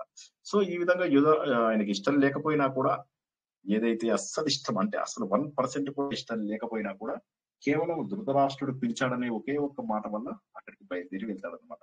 వెళ్ళగానే ఊర్లో వాళ్ళందరూ వీళ్ళని చూసి చాలా సంతోషపడతారు. ఎంత అంటే చక్రవర్తి, అప్పటికే మహానుభావుడైనటువంటి చక్రవర్తి లాగా ఉన్నాడు, గొప్పగా వెళ్తున్నాడు, అతని వెనకాల తమ్ముళ్ళు వాళ్ళు గొప్ప గొప్ప గుర్రాల మీద రథాలలో వాళ్ళు వెళ్తున్నారు. వీళ్ళందరూ వెళ్తున్నారు అంటే వీళ్ళందరినీ అనుసరిస్తూ ద్రౌపది వెలిగిపోతూ, ఒక దివ్యంగా వెలిగిపోతూ, ఆనందంగా వెలిగిపోతూ, అత్యంత ఉన్నతమైనటువంటి సంపదతోని, దాసీలతోటి, వీరందరితోటి తను ఇలా వెళ్తూ ఉంటే చూసిన ప్రతి ఒక్కరికి కన్ను కుట్టేలాగా, ప్రేమించే వాళ్ళకు ఆనందంగాను, కన్ను కుట్టే వారికి మరింత బాధ పెట్టేలాగా వెళ్ళి వాళ్ళందరూ వెళ్తారు. ముందు భీష్ముడిని, ద్రోణుని, కర్ణుడు, కృపుడు, వీళ్ళందరినీ ఎవరెవరైతే ఇంపార్టెంట్ పీపుల్ ఉంటారో వాళ్ళందరినీ కూడా కలుస్తారు అనమాట. తర్వాత మళ్ళీ సోమదత్తుడు ఎవరు, భూరిష్ఠవుడు వాళ్ళ నాన్న, మనం ప్రతీపుడు, బాహ్లీకుడు అవి ఇవి చెప్పుకున్నాం కదా, వాళ్ళ ఇదన్నమాట. సో ఆయనని కలుసుకోవడము, తర్వాత మళ్ళీ శకునిని కలుస్తారు, శల్యుని, అందరినీ దాదాపుగా ఉన్న వాళ్ళందరినీ కలుస్తారు. చివరికి ధృతరాష్ట్రం కూడా కలిసి అప్పుడు ఆయనకి చెప్తా అందరూ కూడా తలలో ఆనిచ్చి ఆయనకి ఇది చేస్తారు. అప్పుడు కొద్దిగా ధృతరాష్ట్రుడు కూడా బాధపడతాడు. బాధపడిన తర్వాత అప్పుడు మిగతా వాళ్ళు స్త్రీలందరూ కూడా వస్తారు. వీళ్ళని స్త్రీలు ఇన్వైట్ చేయాలి కదా, వాళ్ళు వస్తారు. రాగానే అందరూ ఆ ద్రౌపదిని చూస్తారు. చూడగానే కన్నుకుట్టు దుశ్శల, ఈమె ఎవరు, మన వీళ్ళ చెల్లెలు, ఈ 100 మంది అన్నదమ్ముల చెల్లెలు, ఆమె ఇలా చూస్తుంది. మిగతా ఆడవాళ్ళు, భార్యలు, వీళ్ళందరి భార్యలు, ఒక్కొక్కటికి బోల్డంత మంది భార్యలు ఉంటారు, వాళ్ళందరూ ఇలా చూస్తారు. చూసి ద్రౌపదిని చూసేసి విపరీతమైన బాధ. ఎవ్వరు కూడా ఒక్కరు కూడా అందులోపల వీళ్ళని చూసి ఆనందించే వాళ్ళు ఉండరు అనమాట. అందరూ కూడా అలాగా ఉండి వాళ్ళందరూ కలుసుకొని ఇంకా ఆ రోజు రాత్రంతా కూడా మంచి ఫుల్ పార్టీలు పెట్టుకొని, పాటలు డాన్సులు పెట్టుకొని ఫుల్ గా ఇక అసలు రాత్రంతా కూడా అందరూ కూడా చక్కగా ఎంజాయ్ చేస్తారు. చేసిన తర్వాత నెక్స్ట్ డే నాడు అప్పుడు మళ్ళీ ఆ సభ ఏదైతే ఉందో సభ ఓపెనింగ్ కోసం వెళ్తారనమాట. వెళ్ళిన తర్వాత అక్కడ మామూలుగానే ఎవరు ఆడతారు అంటే ఇతను డైరెక్ట్ గా అందరినీ ముందు దండం పెట్టుకుంటారు, అందరినీ సభనంతా కూడా గౌరవిస్తారు. గౌరవించిన తర్వాత అప్పుడు ప్రారంభం అవుతుంది అనమాట. ఈ సభ లోపల పాచికలు అవి ఇవి ఉన్నాయి, దాదాయిగా ఆడదాం నీకోసం ఎదురు చూస్తున్నాము, పాచికలు ఇసిరేసే అని చెప్పేసి శకుని అంటాడు. ఈయన ధర్మరాజు అంటాడు అనమాట, ఇది ఎక్కడ జూదమయ్యా, ఇది పాపము, క్షత్రియ సంబంధమైనటువంటిది ఏంటి అసలు పరాక్రమం, కానీ ఇప్పుడు నువ్వు ఆడిస్తున్నది ఏంటి జూదం. ఈ జూదం లోపల తప్పులు కూడా అయ్యేటటువంటి ఛాన్స్ ఉంది. ఈ జూదాన్ని ఎందుకు నువ్వు కొనియాడుతున్నావు అంటే అతను అంటాడు, జూదాన్ని కొనియాడడం ఏంటి, జూదం అనేటటువంటిది ఒక స్కిల్. ఆ స్కిల్ని మేము కొనియాడేది ఏం లేదు. ఇందులోపల మన జీవితాన్ని మన మన మన యొక్క ఏమంటారు ఫేట్ ని డిసైడ్ చేస్తుంది. అంటే ఒకటి అదృష్టం, ఇంకొకటి దురదృష్టము, ఇంకొకటి దురదృష్టంగా ఒకటి అదృష్టం. సో కాబట్టి అందులోపల పెద్దగా మనం ఆలోచించవలసిందేమీ లేదు. నువ్వు తెలివైన వాడవై నీకు జూదం గురించి తెలిసిన వాడే నీకు కావాలి అంటే ఎట్లాగా? యుద్ధం లోపల నువ్వు బాగా శక్తి ఉన్న వాడితోటే పోరాడాలి అంటే అది ఎట్లాగా? యుద్ధం అవసరం వచ్చినప్పుడు యుద్ధం ఆడాల్సిందే. కాబట్టి పాచికనే ఓడిస్తుంది, పాచికనే ఓడిస్తుంది. నువ్వెందుకు ఇందులో ఆలోచిస్తున్నావు? సందేహం లేదు, ఆలోచించేసే అంటాడు అనమాట. అప్పుడు అంటారనమాట అసితుడు, దేవుడు వీళ్ళందరూ ఏమన్నారో తెలుసా, ఇది చాలా తప్పని చెప్పేసి చెప్పారయ్యా. జూదర్లతో కలిసి మోసపూరితంగా ఆడటం అనేటటువంటి చాలా తప్పు, ధర్మబద్ధమైనటువంటి విజయం ఉండదు ఇందు లోపల, పాచికల లోపల అని చెప్పేసి అన్నారు అంటారు. అనగానే నువ్వు ఎలా అనుకుంటే అలా అనుకో, కానీ ఇది మటుకు నువ్వు వెనక్కి వెళ్ళిపోతాను అంటే వెనక్కి వెళ్ళిపో, అది నీ ఇష్టం అంటే. నేనంటాడు, నాకు ధనమో లేకపోతే విలువో పేరో ఏదో కావాలని నేను అనుకోవడం లేదు, కానీ నాకు ఇది ఆడటం మాత్రము నాకు అంతగా ఇష్టం లేదు అంటాడు అనమాట. అంటే అప్పుడు అతను అంటాడు, సరే అయితే నీ ఇష్టము, ఎవరు ఆడతారు అనేది లేదు. దుర్యోధనుడు వస్తాడు. దుర్యోధనుడు వచ్చేసి అప్పుడు దుర్యోధనుడు చెప్తాడు అనమాట, శకుని నీతోని ఆడటం మొదలెడతాడు. సో ఇప్పుడు నువ్వు ఏం చేస్తావో చెప్పు, నువ్వు ఏమి నువ్వు పెడతావో చెప్పు, దాన్ని బట్టి నువ్వు చేయొచ్చని. అప్పుడు ఇక జూదము ప్రారంభం అవుతుంది. అందరూ రాజులంతా కూడా ఫుల్ వస్తూ ఉంటారు. ధృతరాష్ట్రుడు అందరినీ తీసుకుని మొత్తం గ్రాండ్ సెలబ్రేషన్ అనమాట. కళ్ళు కనిపించవు కానీ ఆ శబ్దాలు వినుకుంటూ ఎంజాయ్ చేద్దామని వస్తాడు అనమాట. ఇక మిగతా అందరు భీష్ముడు, ద్రోణుడు, కృపుడు, విదురుడు వీళ్ళందరూ కూడా అక్కడికి వస్తారు. అందరూ తేజస్సుతో ఉంటారు అనమాట. రాగానే అప్పుడు దుర్యోధనుడు చెప్తాడు అనమాట, ఏమిటి మరి నువ్వేం పెడతావు అని. యుధిష్ఠిరుడు అంటే, ఇగో నా దగ్గర బోల్డ్ అంతా ఇది మనులు ఉన్నాయి, ఇగో ఈ గొప్పదైనటువంటి మనీ ఏదైతే ఉందో, ఇగో ఈ మనీ ఉన్నటువంటి హారం, ఇది చాలా ఖరీదైనటువంటిది, ఇది పెడుతున్నాను, నువ్వేం పెడుతున్నావు అంటాడు. అంటే దుర్యోధను అంటాడట, అంటే ఈ పందెం పెట్టేది దుర్యోధనుడే, ఆడేది మాత్రం శకుని. అతను అంటాడు, నా వద్ద మనులు ధనాలు చాలా ఎక్కువగా ఉన్నాయి, సంపదల పట్ల నాకేం లాభం లేదులే, నువ్వే గెలుచుకో కావాలంటే అన్నట్టుగా అంటాడు అనమాట. అనగానే అప్పుడు శకుని పాచికలు తీసుకొని ఓడిపోయావులే చెప్పేసి వేస్తాడు. ఆత్మసుఖము వీడిని ఆట కొరకు పాత్ర పోషణ చేసి సూత్రధారి, విశ్రమించదని పాదం ఆశ్రయించి పరమ కరుణాంతరంగా శ్రీ పాండురంగా. ఏం తెలుసుకోవాలి మనకు తెలిసిన కథలన్నీ నిజం కాదు, అన్ని కూడా సత్యం కాదు, అసత్యం కాదు. ఎంత సత్యమో ఎంత అసత్యమో కేవలము ప్రామాణికంగా తీసుకునేది వేదవ్యాసుడు రాసినటువంటి మహాభారతం మాత్రమే. ఇందులో అసూయ అనేటటువంటిది మనుషులలో ఏ స్థాయికి వెళ్తుంది అనేటటువంటిది మనకు తెలుస్తుంది. కేవలం అసూయ. తండ్రి చెప్తాడు, నాన్న అతడు చాలా మంచివాడు, కల్లా కపటం లేనటువంటి వాడు అని చెప్పి చెప్తాడు. అయినా కూడా ఇతడు వినడు. ఒక మాట. రెండవ మాట ఏమంటాడు, నాన్న నువ్వు చేస్తున్నది తప్పు, నీ చేతులను సొంత చేతులను నువ్వు నరుక్కున్నట్టు, నువ్వు నీ సొంత చేతులను నరుక్కుంటావా, వాళ్ళు నీ తమ్ముళ్ళు అని చెప్తే అది కూడా వినడు. నీకు కావాల్సినవన్నీ నువ్వు కూడా చేసుకో, వాళ్ళు గ్రాండ్ గా పార్టీ చేశారని ఎందుకు, వాళ్ళు నువ్వు కూడా గ్రాండ్ గా చేసుకో. వీడు తన గురించి ఆలోచించట్లే, వాళ్ళు నాశనం అయిపోవాలని ఆలోచిస్తున్నాడు. ఇది ఈ రోజుల్లో ఉన్నటువంటి పరిస్థితికి చక్కటి అర్థం పలుకుతుంది అని చెప్పేసి మనం గుర్తుపట్టచ్చు. ఈ రోజుల్లో మనం చూసినట్టయితే మనం లాభం పొందినా లేకపోయినా సరే అవతల వాడు నాశనం అయిపోవాలి అనేటటువంటి ఆలోచనను చూపుతుంది. ఇక నెక్స్ట్ రెండోది, చెడ్డవాడికి చెడ్డవాడు సపోర్ట్ చేస్తుంటాడు. వీళ్ళు కలిసి ఎప్పుడు కూడా మంత్రాలు ఆడుతూ ఉంటారు. ఆడుతూ ఏం చేస్తారు, మంచి వాళ్ళని ఏదో రకంగా ఒప్పిస్తారు. నయానో భయానో ఒప్పించడము అంటారు కదా, ఆ నయా. ఇప్పుడు ఈ రోజుల్లో ఇది జరుగుతుందా లేదా చూడండి. మీ అపార్ట్మెంట్స్ లో కానీ, మీ ఇంటి కాలనీలలో కానీ, టెంపుల్లలో కానీ, ఆధ్యాత్మిక గ్రూపులలో కూడా ఇవి జరుగుతాయి. ఆధ్యాత్మిక గ్రూపులలో కూడా పాపము ఆమె మంచిదే, ఆయన మంచాడే అంటే ఆ మంచాడే ముందు మంచాడు, మొన్నో రోజు ఇలా అన్నాడు, మొన్నో రోజు ఏదో ఒకటి. అంటే ప్రతి వారిలో 99.9% మంచి గుణములు ఉన్నప్పటికీ కూడా ఏదో ఒక వంక వెతికి వారిని మిగతా వారికి దూరంగా చేద్దాము అని చెప్పి ప్రయత్నం చేసే వాళ్ళు ఉంటారు. చాలా మంది ఉంటారు అట్లాంటి వాళ్ళు. ఆధ్యాత్మిక మార్గంలో కూడా ఉంటారు అలాంటి వాళ్ళు. అసలు ఆ మార్గంలోకి రానే రాకూడదు. కానీ ఆధ్యాత్మిక మార్గంలో కూడా అసూయ ఉన్న వాళ్ళ పేర్లు నేను ఇక్కడ చెప్పకూడదు. అంత అసూయతో ఉన్న వాళ్ళు, రగిలిపోతూ దూరమైన వాళ్ళు ఎంతమంది, కేవలం అసూయ వల్ల. అసూయ వేరే ఆడవాళ్ళని, వేరే వాళ్ళ యొక్క గొప్పతనాన్ని తట్టుకోలేక, వేరే వాళ్ళు పైకి రావడం తట్టుకోలేక, నువ్వు నా మాట వినలేదు, ఇటువంటివి చేస్తూ దూరమైన వాళ్ళు ఎంతమంది. అంటే ఈ రోజుల్లో మనం ఏదో అపార్ట్మెంట్ గొడవలు, పాలిటిక్స్ లో గొడవలు, తర్వాత కాలనీలలో గొడవలు, ఇవన్నీ ఆలోచిస్తున్నాం. ఎమ్మెల్యేలలో, ఎంపీలలో జరిగిన గొడవలు ఆధ్యాత్మిక రంగంలో లేవంటావా? అచ్చా, మన తత్వ విధానంద గారు మొన్న ఒక మాట చెప్పినది మీకు చెప్పుకుంటే అర్థమవుతుంది. నేను సన్యాసం తీసుకోవాలి అంటే ఆశ్రమంలో జాయిన్ అవుతాం. ఆశ్రమంలో జాయిన్ అయితే 2 గ్రూప్స్ ఉంటాయట. ఎవరు చెప్పారు ఇది? తత్వ విధానంద లాంటి మహానుభావుడు చెప్పాడు. ఆశ్రమాలలో కూడా గ్రూప్స్ ఉంటాయట. ఏదో ఒక గ్రూప్ లోపల నువ్వు జాయిన్ అవ్వాలి. ఈ గ్రూప్ లో జాయిన్ అయితే వాళ్ళ కోపం, ఆ గ్రూప్ లో జాయిన్ అయితే వీళ్ళ గ్రూప్. ఏదో ఒక గ్రూప్ లో జాయిన్ అయ్యి నువ్వు ఆ గ్రూప్ తో పాటు ఇక కొనసాగేటట్టయితే ఆశ్రమంలో ఉండగలుగుతావు. లేదంటే ఇవన్నీ నేను చేయలేను అంటే నువ్వు ఆశ్రమంలో ఉండలేవు. లేదా 2 గ్రూపులని మేనేజ్ చేస్తూ నేను ఉండగలను అంటే ఉండొచ్చు. కానీ దానికోసం ఆశ్రమానికి వెళ్ళాలా? నేను అన్న లాస్ట్ పాయింట్ అర్థమైందా? లాస్ట్ పాయింట్ ఏమన్నానో చెప్పండి. మేనేజ్ చేయడం, 2 గ్రూపుల్ని మేనేజ్ చేస్తూ మేనేజ్ చేయడానికి ఆశ్రమానికి వెళ్ళాలా అని అన్నారు సార్ మీరు. అంటే ఏంటి దానికి? మేనేజ్మెంట్ కి ఆశ్రమం సన్యాసం. వెళ్ళడం ఎందుకు? మనం వెళ్తున్నది ఏదో ఉన్నతమైనది పొందడానికి. అది. సన్యాసానికి సన్యాసం ఏం మీనింగ్ ఉంది అనేసి. అవును, సన్యాసానికి ఇంకేం మీనింగ్ ఉంది అని కరెక్ట్ బాధ. ఇంకా సన్యాసం సన్యాసానికి ఎందుకు? ఇంకేం అక్కడ మీనింగ్ ఉంది? కూడా ఉంది. సో సన్యాసం వెళ్ళినా కూడా నువ్వు అదే పాలిటిక్స్ ఆడడానికి వెళ్తున్నట్టయితే, సన్యాసం తీసుకునే దగ్గర కూడా నువ్వు పాలిటిక్స్ ఆడడానికి వెళ్తే ఇంకా వెళ్ళాల్సినటువంటి అవసరం ఏముంది?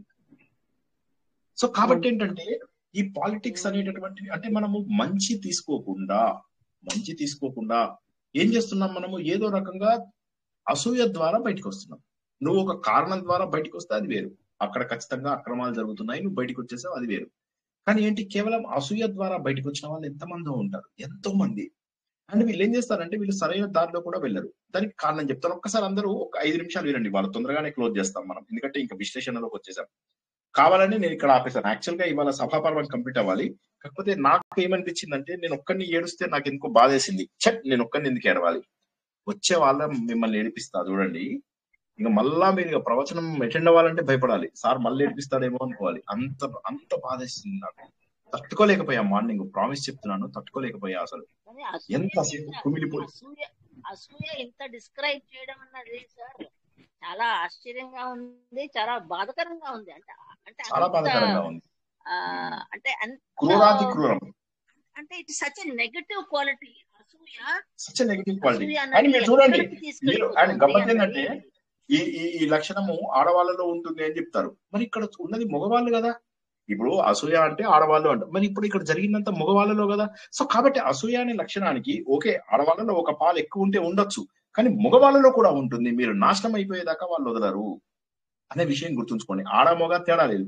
ఎస్, ఆడవాళ్ళలో మేబీ ఒక 1% ఎక్కువ ఉండొచ్చేమో, కానీ ఖచ్చితంగా మగవాళ్ళలో కూడా ఉంటుంది అనేది ఇక్కడ మనం ఇంకొక పాయింట్ తెలుసుకుంటాం. తర్వాత విదురుడు. ఒక్క నిమిషం. సో ఒక్క నిమిషం, నేను చెప్పేశాక మళ్ళీ ఒకసారి ఒక్క నిమిషం నేను కంప్లీట్ చేసేస్తాను. తర్వాత విదురుడు దగ్గరికి వద్దాం. విదురుడు కూడా మహానుభావుడు. పాపం ఆయన కూడా రాజ ఆజ్ఞని ఏమీ చేయలేకపోతున్నాడు. అంటే ఒక సమయంలో ఏమవుతుందంటే, తెలివిగల వాళ్ళు కూడా ఒక ట్రాప్ లో పడిపోవలసినటువంటి అవసరం వస్తుంది అనేటటువంటి ఒక విషయాన్ని మనం గుర్తించుకొని చాలా బాధపడాల్సినటువంటి విషయం. ఇక తర్వాత విదురుడు పక్కకు పెట్టేసేయండి.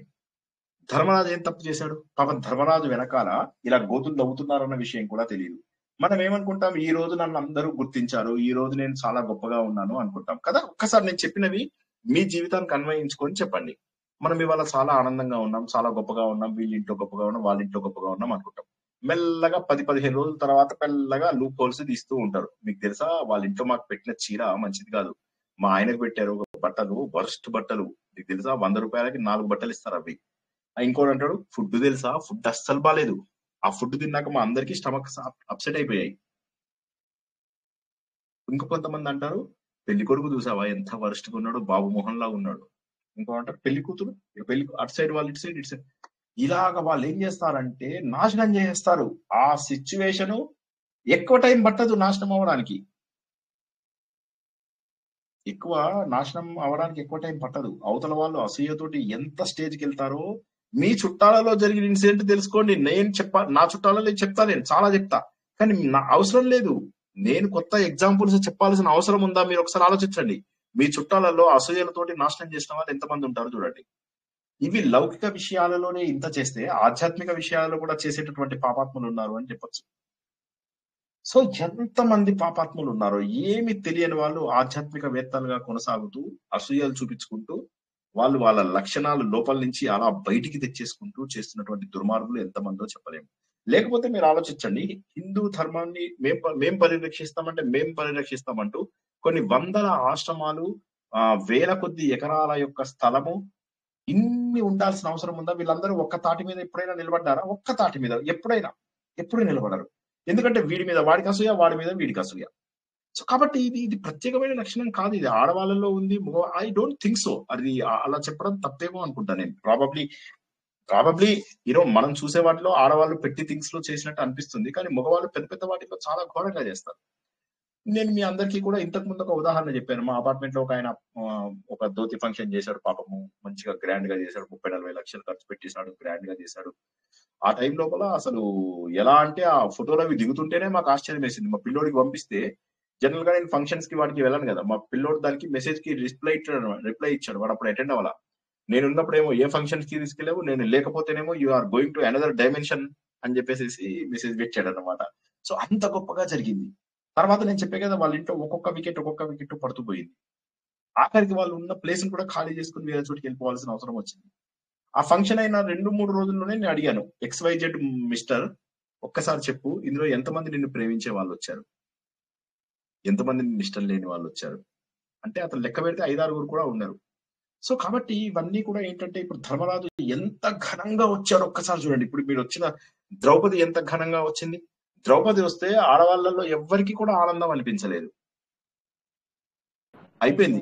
ఇప్పుడు జూదంలో వచ్చేసింది, ఆమెను జుట్టు బట్టి లాగి వాడు దుర్యోధనుడు ఇట్లాగా తన బట్ట తీసి తన తొడ చూపించి ఇక్కడ కూర్చో అంటాడు, వెకిలిగా నవ్వుతూ. అప్పటికి అందరూ తిడుతూ ఉంటారు దుర్యోధనుడిని, అయినా కూడా వాడు ఏం చేస్తాడు, ఇలా మెల్లగా లుంగిని తీసి ఇక్కడ వచ్చి కూర్చో అని చెప్పి చూపిస్తూ ఉంటాడు అన్నమాట. అయిపోయిందా? ఒకే ఒక రోజు లోపల సర్వనాశనం అయిపోయామా? కాబట్టి ఎప్పుడు కూడా దయచేసి ఈ ఫంక్షన్స్ లో నేనేదో చేశాను, ఇంకోటి ఏదో చేశాను, చాలా మంది వీటిని గొప్ప అచీవ్మెంట్స్ గా చెప్పుకుంటుంటారు. నీకు తెలుసా, మా ఇంట్లో పెళ్లి జరిగితే 1000 మంది తిన్నారు. 1000 మంది తిన్నారంటే వాళ్ళు ఏం బెగ్గర్స్ తిన్నారా? నువ్వు బెగ్గర్స్ కి పెట్టామనుకో 1000, ఎస్ చాలా గొప్పది, నీకు పుణ్యం వస్తుంది. అందరూ బలిసిన వాళ్ళకు, నువ్వు నీ మీద అసూయపడే వాళ్ళకి భోజనాలు పెడితే ఏమొస్తుంది? అన్నదానం. నీ బొంద కాదు, అన్నదానం వస్తుందా? ఎవరు చెప్పాడు అన్నదానం అని? ఫలానా ప్రవచనకర్తని ముందు ఫస్ట్ ఆ సీడీలు అమ్ముకోవడము, యూఎస్బీలు అమ్ముకోవడము ఆపేయమను, వాడు పైసలు తీసుకొని అంటూ ఇవన్నీ చేస్తుంటాడు. సో కాబట్టి ఇక్కడ వచ్చేది ఏంటంటే, ముందు అసూయను గుర్తించండి. మీరు ఆత్మ రూపంలో ఎదగాలి. పాపం ఏ కల్లా కపటము తెలియనటువంటి ఆత్మస్వరూపుడైనటువంటి యుధిష్ఠరుడు ఎన్నిసార్లు అంటాడు, నేను ఆడను ఆడను ఆడను ఆడను ఆడను ఆడను. అంతకు ముందే వేదవ్యాసుడు ఏమంటాడు, కొన్ని మహా ఉత్పాతాలు ఏవైతే ఉంటాయో, చెడు శకునాలు 13 ఏళ్ల పాటు ఉంటాయి, నీ వల్ల నాశనం అవుతుందని కూడా చెప్పాడు. పాపం అది కూడా తెలిసినటువంటి వాడు యుధిష్ఠరుడు. తెలిసినా కూడా ఏమీ చేయలేనటువంటి పరిస్థితి ఇరుక్కుపోయాడు. ఒక్కసారి ఆలోచించండి. అంటే వీటన్నిటిని చూస్తే ఏంటంటే, తర్వాత ఏవైతే ఆడించడానికి కూర్చోబెట్టాక డబ్బు ఇవ్వడం పెట్టారు. డబ్బు ఇవ్వడం మొదలెట్టాక అక్కడికి ఆగుతుందా అది? డబ్బు పెట్టడం అంటూ మొదలెట్టాక ఆగుతుందా? You get carried away. మీకు ఒక్క నిమిషం, ఒక్క నిమిషం. గారు మ్యూట్ లో పెట్టుకోండి. కే వనజ గారు మ్యూట్ లో పెట్టుకోండి ప్లీజ్. సో ఏమైతుందంటే ఇక్కడ సో ఇది అంటే మనకు ఆత్మతత్వము మనకు తెలుసుకోవాలి అని ఎవరు రాదు, ఈ మార్గంలోకి ఎవరు రాదు. అసలు ఇలాంటి మార్గం ఒకటి ఉంది అని కూడా తెలియదు. వచ్చిన తర్వాత కూడా ఏమవుతుందంటే ప్రాపంచిక విషయాలకు వాళ్ళు ఎక్కువ ప్రాధాన్యత ఇవ్వడం అంటూ జరుగుతుంది. ప్రాపంచిక విషయాలకు ప్రాధాన్యత ఇస్తే ఇప్పుడు నువ్వు ఆనందంగా ఉంటావా? ఇవాళ ఆనందంగా ఉంటావు, ఇవాళ అందరినీ ఇంటికి పిలుస్తావు, భోజనాలు పెడతావు, అందరికి నువ్వు ఇంకా పెట్టుకో, నువ్వు ఇవి పెట్టుకో, నువ్వు అవి పెట్టుకో, ఇంకో 2 ముద్దలు ఎక్కువ తిను.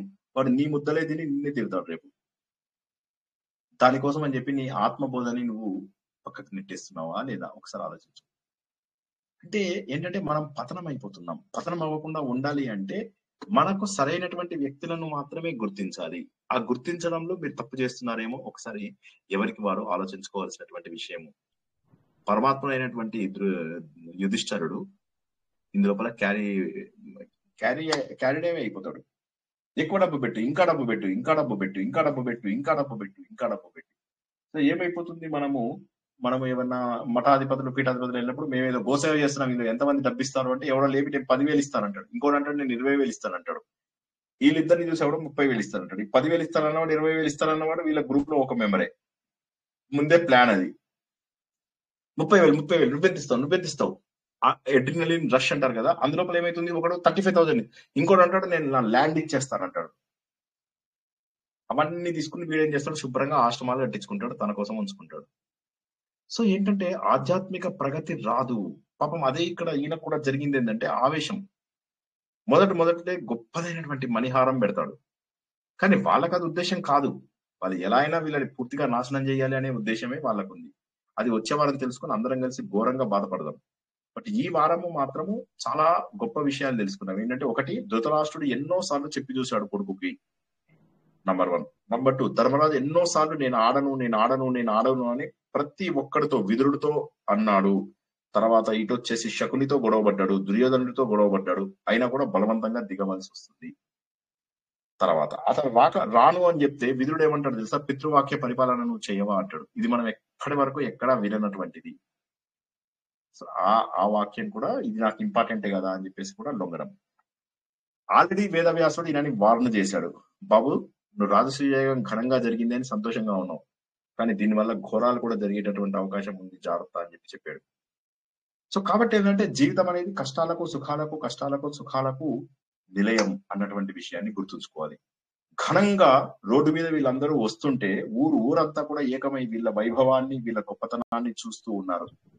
ఒక్క రోజు లోపల వాళ్ళ పరిస్థితి ఏమవుతుంది సార్? ఇక్కడ వాళ్ళ వైభవాన్ని చూడటం వల్ల వీళ్ళకి ఏమన్నా నష్టం జరిగిందా సార్? అట్లా వాళ్ళు ఏడవటం ఏడవడం అని కాదు, మనకు నచ్చుతుందా చెప్పండి. ఇప్పుడు నేను ఒక మాట చెప్తాను. మాకు ఒక హైదరాబాద్ లోపల ఒక పెద్ద ఆయన, ఇక వాళ్ళ పేర్లు చెప్పలేను, నా కర్మ, అది చెప్పలేనటువంటి ఇది పరిస్థితి. వాడి శిష్యుడు ఇంకోటి వచ్చి మా ఇంట్లో, వాడు ఎప్పుడూ వస్తుంటాడు, అన్ని పేపర్లలో జ్యోతిష్యం చెప్తారని వస్తూ ఉంటాడు. ఒక పాప వాడు ఏం చేశాడు, ఆ రోజుల్లో 1,00,000 రూపాయలు తీసుకుంది. ఏ రోజుల్లో నేను చెప్తున్నది 2007, నేను ఇండియాకి వచ్చిన టైంలో. ఆ టైం లోపల 1,00,000 రూపాయలు తన ఫీజు, పైన ఇంకో 1,00,000 2 లక్షలు మొత్తం ఖర్చు. ఆ రోజుల్లో 2-3 లక్షలు అంటే ఈ రోజుల్లో 20-30 లక్షలతో సమానం.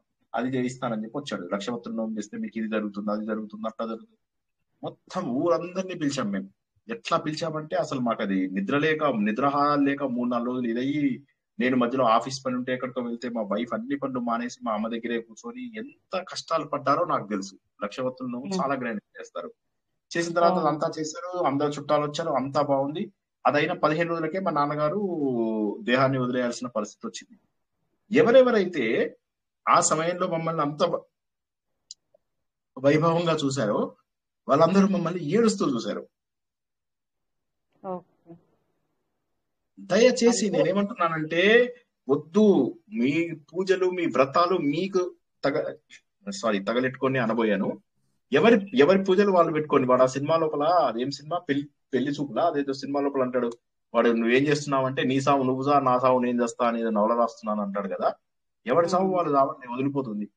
ఎందుకు బయట వాళ్ళకి చూపించాల్సిన అవసరం? ఓకే. ఏమనుకోకండి ఈ చెడ్డ మాట అంటే మాట్లాడినందుకు. గుప్తంగా చేసుకోవడం మంచిది సార్.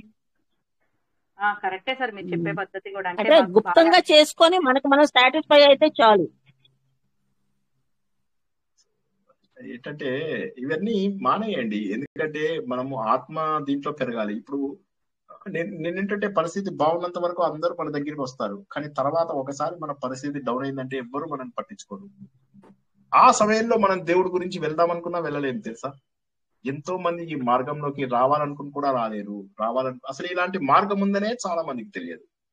ఏమైంది, ఇలా బానే ఉంది కదా, కష్టపడుతున్నాను, డబ్బు సంపాదిస్తున్నాను, తప్పేముంది? అసలు కష్టపడకపోతే డబ్బు ఎక్కడి నుంచి వస్తుంది? కష్టపడకుండా ఊరికే కూర్చోమంటావా? నువ్వు ధర్మబద్ధంగా ఎంత 8 గంటలు పని చేస్తే 8 గంటల్లో డబ్బు సంపాదించు, అంతేగాని 16 గంటలు సంపాదిస్తూ జీవితంలో డబ్బు సంపాదించడమే ధ్యేయంగా పెట్టుకుని హంగులు ఆర్భటాలు జనాలకు చూపించడమే నువ్వు ధ్యేయంగా పెట్టుకున్నప్పుడు ఎదగడం కష్టము. అలా వెళ్లే వాళ్ళకి ఏమవుతుంది, మనం భజగోవిందంలో తెలుసుకున్నట్టుగా భజగోవిందంలో ఈ డిస్కషన్ వస్తుంది. ఒక్కసారి గుర్తుంచుకోండి. ఈసారి భజగోవిందంలో బహుశా మనం 3వ శ్లోకం చెప్పుకోకపోవచ్చు, ఎందుకంటే అక్కడ డిస్కషన్ ఉంటుంది. కేస్ స్టడీస్ కొన్ని ఇస్తాను, ఆ కేస్ స్టడీస్ పైన మనం డిస్కస్ చేద్దాం. నేను కొన్ని కేస్ స్టడీస్ తయారు చేస్తున్నాను, ఇంటర్నెట్ నుంచి డౌన్లోడ్ చేస్తున్నాను. ఆ కేస్ స్టడీస్ ని సాల్వ్ చేద్దాం. అందరూ గుర్తుంచుకోండి. మనకు భజగోవిందం ఎప్పుడు చెప్పుకుంటాం మనం? సోమవారమా మంగళవారమా? మర్చిపోయారు. మంగళవారం సార్. మంగళవారమా? మంగళవారం సార్. ఓకే. సో మంగళవారం నాడు కేస్ స్టడీస్ ఉంటాయి. కొద్దిగా అందరూ కూడా గుర్తుంచుకొని ఆ రోజు నాడు అవి సాల్వ్ చేయడానికి రెడీగా ఉండండి. బహుశా 3వ శ్లోకం చెప్పుకోకపోవచ్చు, టైం ఉంటే చెప్పుకుందాం. నేనేమంటున్నానంటే ప్రాక్టికల్ నాలెడ్జ్ మీరు ఆచరించగలిగేలాగా చేస్తేనే ముందుకెళ్తారు. ఏదో తెలుసుకుంటే ఏం లేదు, తెలుసుకుంటే ఏముంది, ఏమి లాభం లేదు. తెలుసుకుని దాన్ని అనుసరించి ఆచరిస్తేనే లాభం.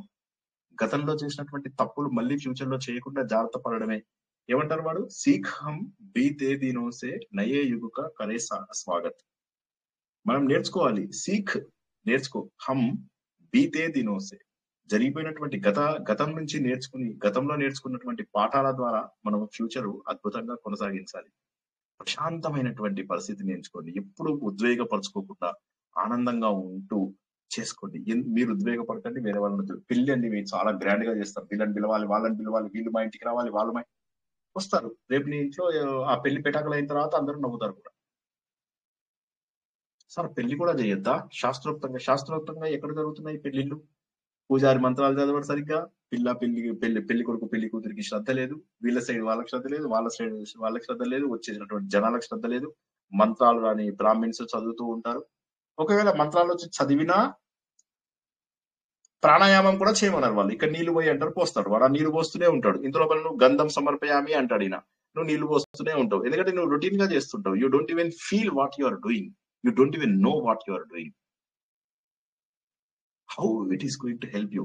నువ్వు ఏ పని చెయ్యాలో ఆ పని చెయ్యాలి, ఎంతసేపు చెయ్యాలో అంతసేపే చెయ్యాలి. అవసరం లేకుండా టాయిలెట్ లోపల 3 గంటలు కూర్చుంటాడు ఎవడన్నా? అవసరం పని చేసుకుని బయటికి రావడమే, అంతే. అదే విధంగా జీవితంలో అనవసరమైనటువంటి విషయాలకి ఎక్కువ సమయాన్ని కేటాయించొద్దని నా ప్రార్థన. జై శ్రీకృష్ణ. ఇప్పుడు మీ ఫీడ్బ్యాక్, ప్రశ్నలు ఏమన్నా ఉంటే తీసుకుందాం. ఇవాళకి అయిపోయింది, నేను చెప్పింది అయిపోయింది. జై శ్రీకృష్ణ మేడం. గురుగారు మీరు అనుమతిస్తే ఒక ఒక్క నిమిషం. ప్రశ్న అడుగుతాను. పద్మావతి మేడం, తర్వాత గౌరీ మేడం. చెప్పండి మేడం. పద్మావతి గారు. సార్ నేను అది ఆది పర్వం చదివాను సార్, మీరు ఇచ్చింది PDF చదివాను. చదివారా? కానీ దాంట్లో ఒకటే చదివాను సార్, ఫుల్ చదివాను. కానీ ఒకటే ఇదేమనిపించేది, ద్రౌపది పూర్వజన్మ వృత్తాంతం కూడా కొంచెం చెప్పింటే బాగుండేది దాంట్లోని. దాని పూర్వజన్మ వృత్తాంతం చెప్పి అంటారు, కానీ దాని గురించి చెప్పింటే బాగుండేది అనిపించింది నాకు. మొత్తం చదివాను బాగా చాలా బాగా అనిపించింది. లాస్ట్ లో తత్వంలో ఇది కూడా ఎక్స్ప్లెయిన్ చేశారు సార్, బాగుంది సార్ అది. చెప్పండి. జై శ్రీకృష్ణ. జై శ్రీకృష్ణ సార్. ఒక్క నిమిషం. గౌరీ మేడము, తర్వాత సౌజన్య గారు. గౌరీ మేడం చెప్పండి.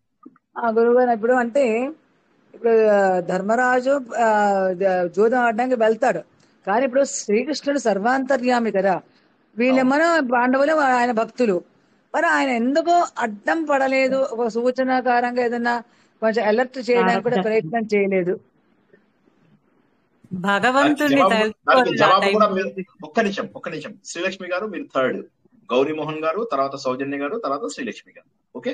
సో ఇప్పుడు గౌరీ మోహన్ గారు మీరు అడిగిన దానికి జవాబు చెప్తాను. యుద్ధం జరుగుతుంది, యుద్ధంలో ఎవరెవరు చచ్చిపోతారో కూడా శ్రీకృష్ణుడికి తెలుసు, అర్జునుడికి కూడా తెలుసు. యుద్ధం చేయలేదా?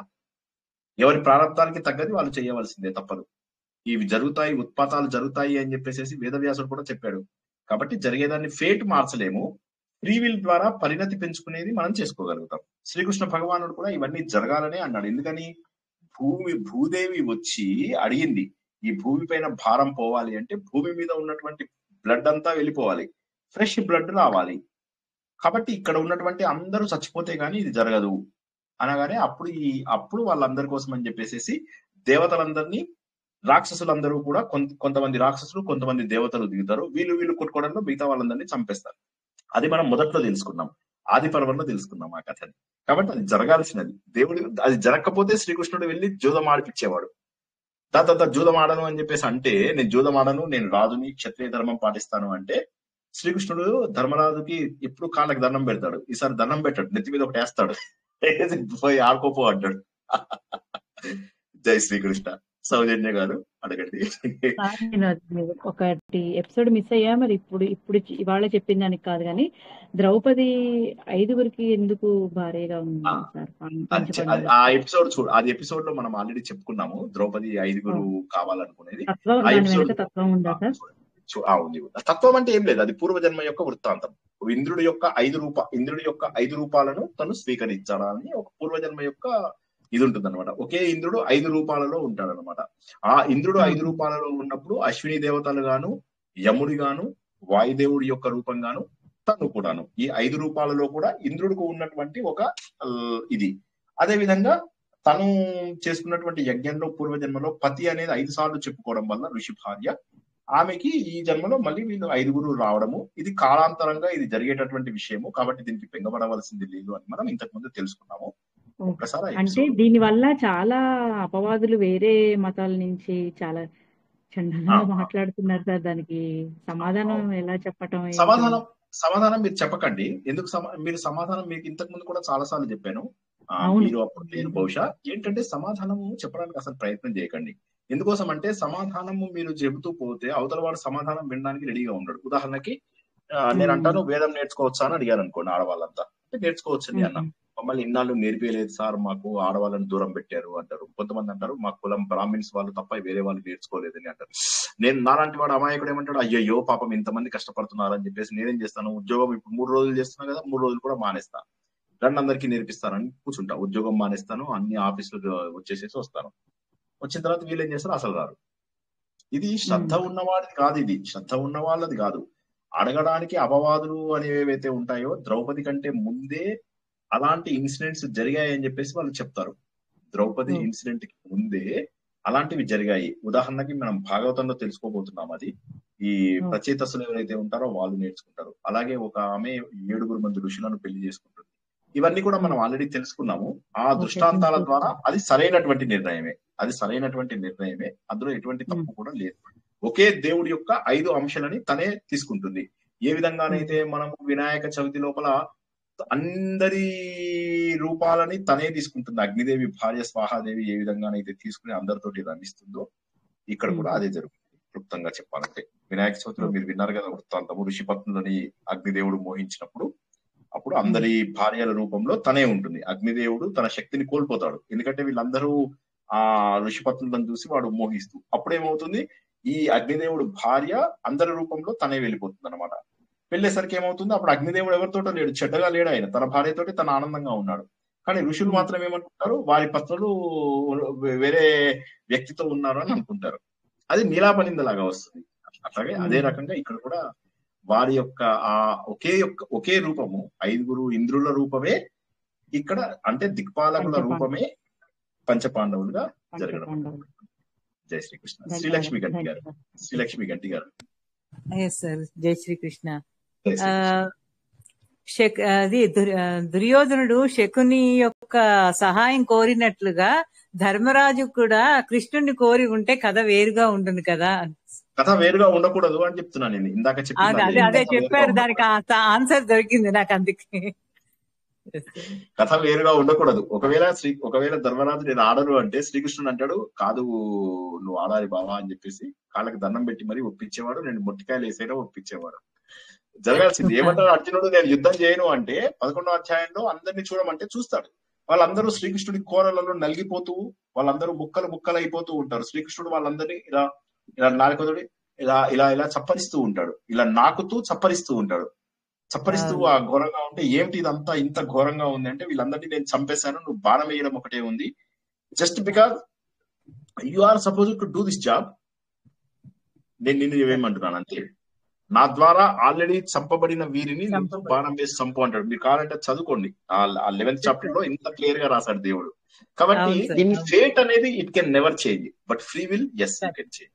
ఫ్రీ విల్ నా ప్రవచనాలన్నీ కూడా ఫ్రీ విల్ కి సంబంధించినవి అని గుర్తుంచుకోండి. నేను ఫేట్ మీది చేంజ్ అవుతుంది అని అందుకే నేనేమంటాను, నా ప్రవచనాలలో ఎక్కడా కూడా మీకు పుణ్యం వస్తుందనో లేకపోతే మీకు ఏదో మంచి జరుగుతుందనో లేకపోతే మీకు వచ్చిన అలా నేనేం అనను. నేనేంటంటే ఏ కష్టమైనా మీరు తట్టుకోగలిగే శక్తి మీకు వస్తుందని మాత్రం ఖచ్చితంగా చెప్పగలను. ఆనందంగా ఉండగలరు అని చెప్పి చెప్పుకోగలను. గురువారు మీరు అనుమతిస్తే ఇంకొక ప్రశ్న అడుగుతాను నేను. నాది కూడా ఒక చిన్న ప్రశ్న. గౌరీమోహన్ గారు తర్వాత సౌజన్య గారు. అంటే ఇప్పుడు ఈ డెస్టినీ ఉంది సారా, విధి అంటామే మనం, అది అంటే శ్రీకృష్ణుడు పరమాత్మ కంటే పరంగా ఉందా, శ్రీకృష్ణుడే డెస్టినీయా, లేదా డెస్టినీ కంటే శ్రీకృష్ణుడు తక్కువగా ఉన్నాడా, లేదా డెస్టినీయే శ్రీకృష్ణుడి కంటే తక్కువగా ఉందా? మన కర్మకు మనమే బాధ్యులం. శ్రీకృష్ణుడు కర్మఫల ప్రదాత అన్న విషయం మనం తెలుసుకున్నాం. కర్మఫల ప్రదాత అంటే ఏంటంటే ఎవరి కర్మ యొక్క ఫలితాలను వాళ్ళకి ఇచ్చేవాడు కర్మఫల ప్రదాత. దీన్నే మనం కృతి అని చెప్పేసి విష్ణు సహస్రనామంలో కూడా తెలుసుకున్నాము. ఎవరి పనులకు వారికి ఫలితం ఇవ్వడమే దేవుడికి ఈ సంబంధం. దేవుడికి మీ కర్మలతో ఎటువంటి సంబంధము లేదు. ఎవరి కర్మకు వాడే బాధ్యుడు. అయితే ఆ కర్మ ఈ జన్మలో మీరు అనుభవిస్తూ ఈ జన్మలో ఏదైతే ఉంటుందో ప్రారంధము అది అనుభవించాలి. కానీ కొన్ని కోట్ల జన్మలలో ఉంది, మరి దాని సంగతి ఏంటి అంటే when your destiny is God ఇది కాలిపోతుంది. ఒకసారి ఆవిడ అడిగిన ప్రశ్నని రిపీట్ చేస్తాను, అందరూ వినండి. బ్యూటిఫుల్ ప్రశ్న. బహుశా ఈ ప్రశ్నని గౌరీమోహన్ గారు మీరేం చేస్తారంటే గ్రూప్ లో మీ ప్రశ్న మీ ఆన్సర్ రాయేసి అందరికీ పెట్టండి తెలుగులో. మళ్ళీ లేకపోతే మీరు సంస్కృతంలో రాస్తే ఎవరికి అర్థం కాదు, నాకే అర్థం కావట్లేదు మీ సంస్కృతం. ఎందుకంటే మీరు అంతా అది హిందీలో రాసేస్తున్నారా, దేవరా గారి లిపి కష్టమైపోతుంది నాకు చదవడానికి. తెలుగులో ఇంగ్లీష్ లో రాయండి. ఓకే సరే, ఏం రాస్తారు? ఈ ప్రశ్న ముందు అర్థం చేసుకోండి. దేవుడే నా గమ్యమా లేకపోతే నా ప్రారంధమే నాకు గమ్యమా? ఆవిడ ప్రశ్న దేవుడే నా గమ్యమా నా ప్రారంధమే నా గమ్యమా. సో చాలా అద్భుతమైనటువంటి ప్రశ్న, ఈ మధ్య కాలంలో వచ్చిన గొప్ప ప్రశ్న, నాకు సంతోషపెట్టినటువంటి ప్రశ్న, మెచ్యూర్డ్ ప్రశ్న. కరెక్ట్ గా చెప్పాలంటే ఏంటి, రెండు కరెక్టే. ముందు ప్రారంధంని దేవుడు కూడా మార్చాడు. ప్రారంధం అంటే ఈ జన్మలో మనం అనుభవించేటటువంటిది ఏదైతే ఉంటుందో అది ప్రారంధం, అది చచ్చిన దేవుడు కూడా మార్చాడు. సో ప్రారంధం అనేది అనుభవించాలి. సో దట్ ఈస్ కరెక్ట్, ప్రారంధం మార్చాలి. నెక్స్ట్ రెండోది ఏంది, దేవుడు నా గమ్యమా, అది కూడా కరెక్టే.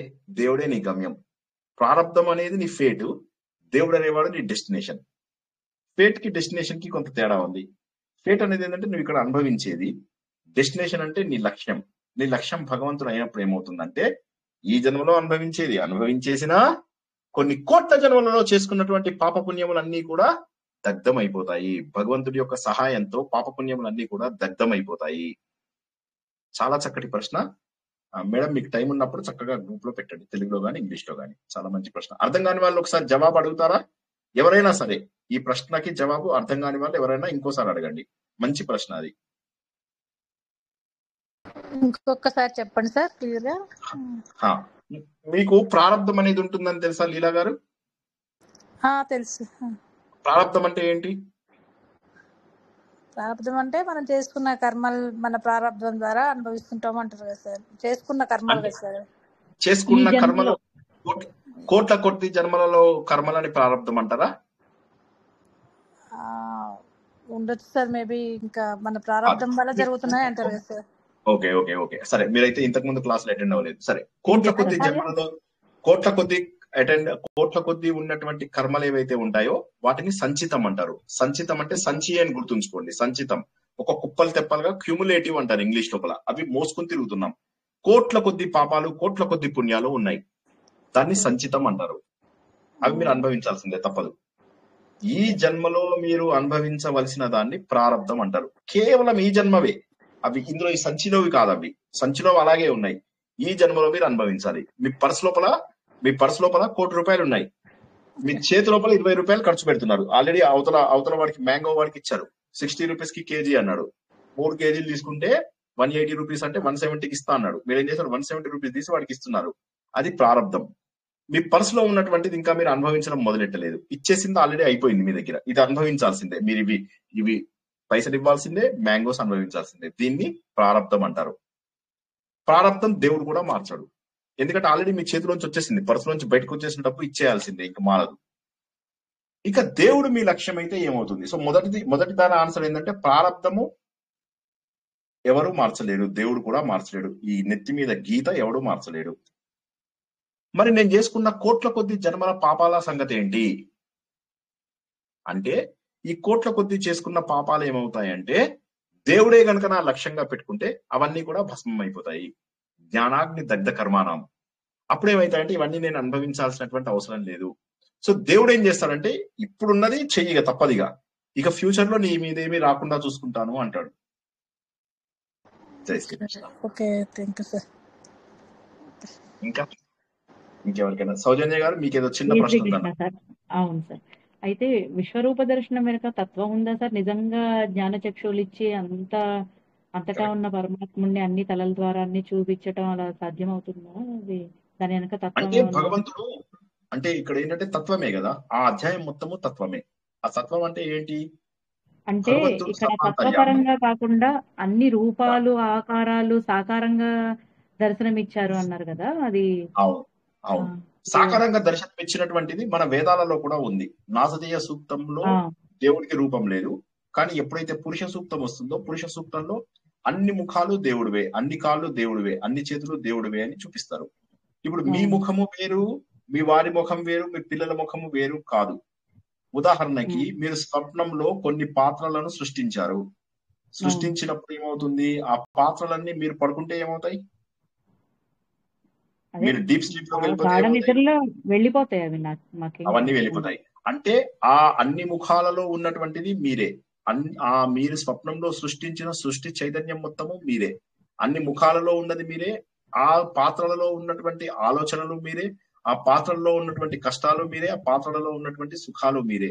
ఏ విధంగానైతే స్వప్నావస్థలో ఏమీ తెలియనటువంటి మనమే ఇంత సృష్టిని క్రియేట్ చేయగలిగితే, ఈ ప్రపంచంలో ఉన్నటువంటి సృష్టి మొత్తము భగవంతుడి యొక్క స్వప్నంలో జరిగినట్టుగా జరిగిపోయింది. మన అందరి ముఖాలు భగవంతుడి ముఖాలే. అదే అర్జునుడు చూస్తాడు. ఏంటంటే ఎక్కడ చూసినా అందరి ముఖాలు నీవే, అందరి పొట్టలు నీవే అనుకుంటూ, ఎవడి పొట్టకు పెట్టినా నీ పొట్టకు పెట్టినట్టే, ఎవడి పొట్టను కొట్టినా నీ పొట్టను కొట్టినట్టే అని ఓకే, అనుకుంటాడు అనమాట. కాబట్టి అది సత్యమా? సత్యమే. ఎందుకంటే సత్యం. అది మన వేదంలో కూడా ఉంది కాబట్టి. వేదంలో లేకపోతే పురాణంలో ఉంటే బహుశా నేను ఆలోచించేవాడిని. అది వేదంలో ఉంది కాబట్టి పూర్తి స్థాయి సత్యం. అంటే సార్ ఇప్పుడు అందుకే ఒకటి స్వప్నంలో మనం స్వప్నావస్థలో చూసేది అంటే మనం అందరితో ఉన్న మన బంధువుల్ని కానీ మన అందరినీ చూస్తూ ఉంటాం కదా స్వప్నంలో కూడా. మరి అవును. అది మనమే అంటే మన ఆలోచనలకి అంటే అక్కడ నాకు స్వప్నం లోపల మనకు తెలియని పాత్రలు కూడా ఎన్నో మనం సృష్టిస్తాం. తెలిసిన పాత్రలతో పాటు తెలియని పాత్రలు కూడా కొన్ని వందలు వేలు సృష్టిస్తూ ఉంటాం కొన్ని రోజుల పాటు. ఓకే, నేను వాటి ఓకే, గురించి చెప్తున్నాను, మీకు ఉదాహరణ కోసం చెప్పాను. అది అంటే ఏమీ తెలివి లేని మనమే కొన్ని పాత్రలను సృష్టించి వాటి చైతన్యానికి, వాటి యొక్క నాశనానికి మనమే కారణమవుతున్నాం. వాటి సృష్టికి, వాటి స్థితికి, వాటి లయకు మనము కారణం అవుతున్నాము స్వప్నావస్థలో ఉదాహరణకి. అదే విధంగా భగవంతుడి యొక్క సృష్టిలో కూడా ఆయన సృష్టి, ఆయన స్థితి, ఆయన లయల ప్రకారము మనందరము కూడా ఆయన కాళ్ళు, మనందరి కాళ్ళు ఆయన కాళ్ళు, మనందరి చేతులు ఆయన చేతులు, మనందరి ముఖాలు ఆయన ముఖాలు, మనందరిలో ఆయన నివసిస్తున్నాడు. అది అక్కడ తత్వం. ఓకేనా? ఓకే, జై శ్రీకృష్ణ. జై శ్రీ. కొద్దిగా మీరు you have to give it a thought. కొంత ఆలోచిస్తూ ఉంటే మీకు అర్థమవుతుంది. అవును అవును సార్, అవును సార్.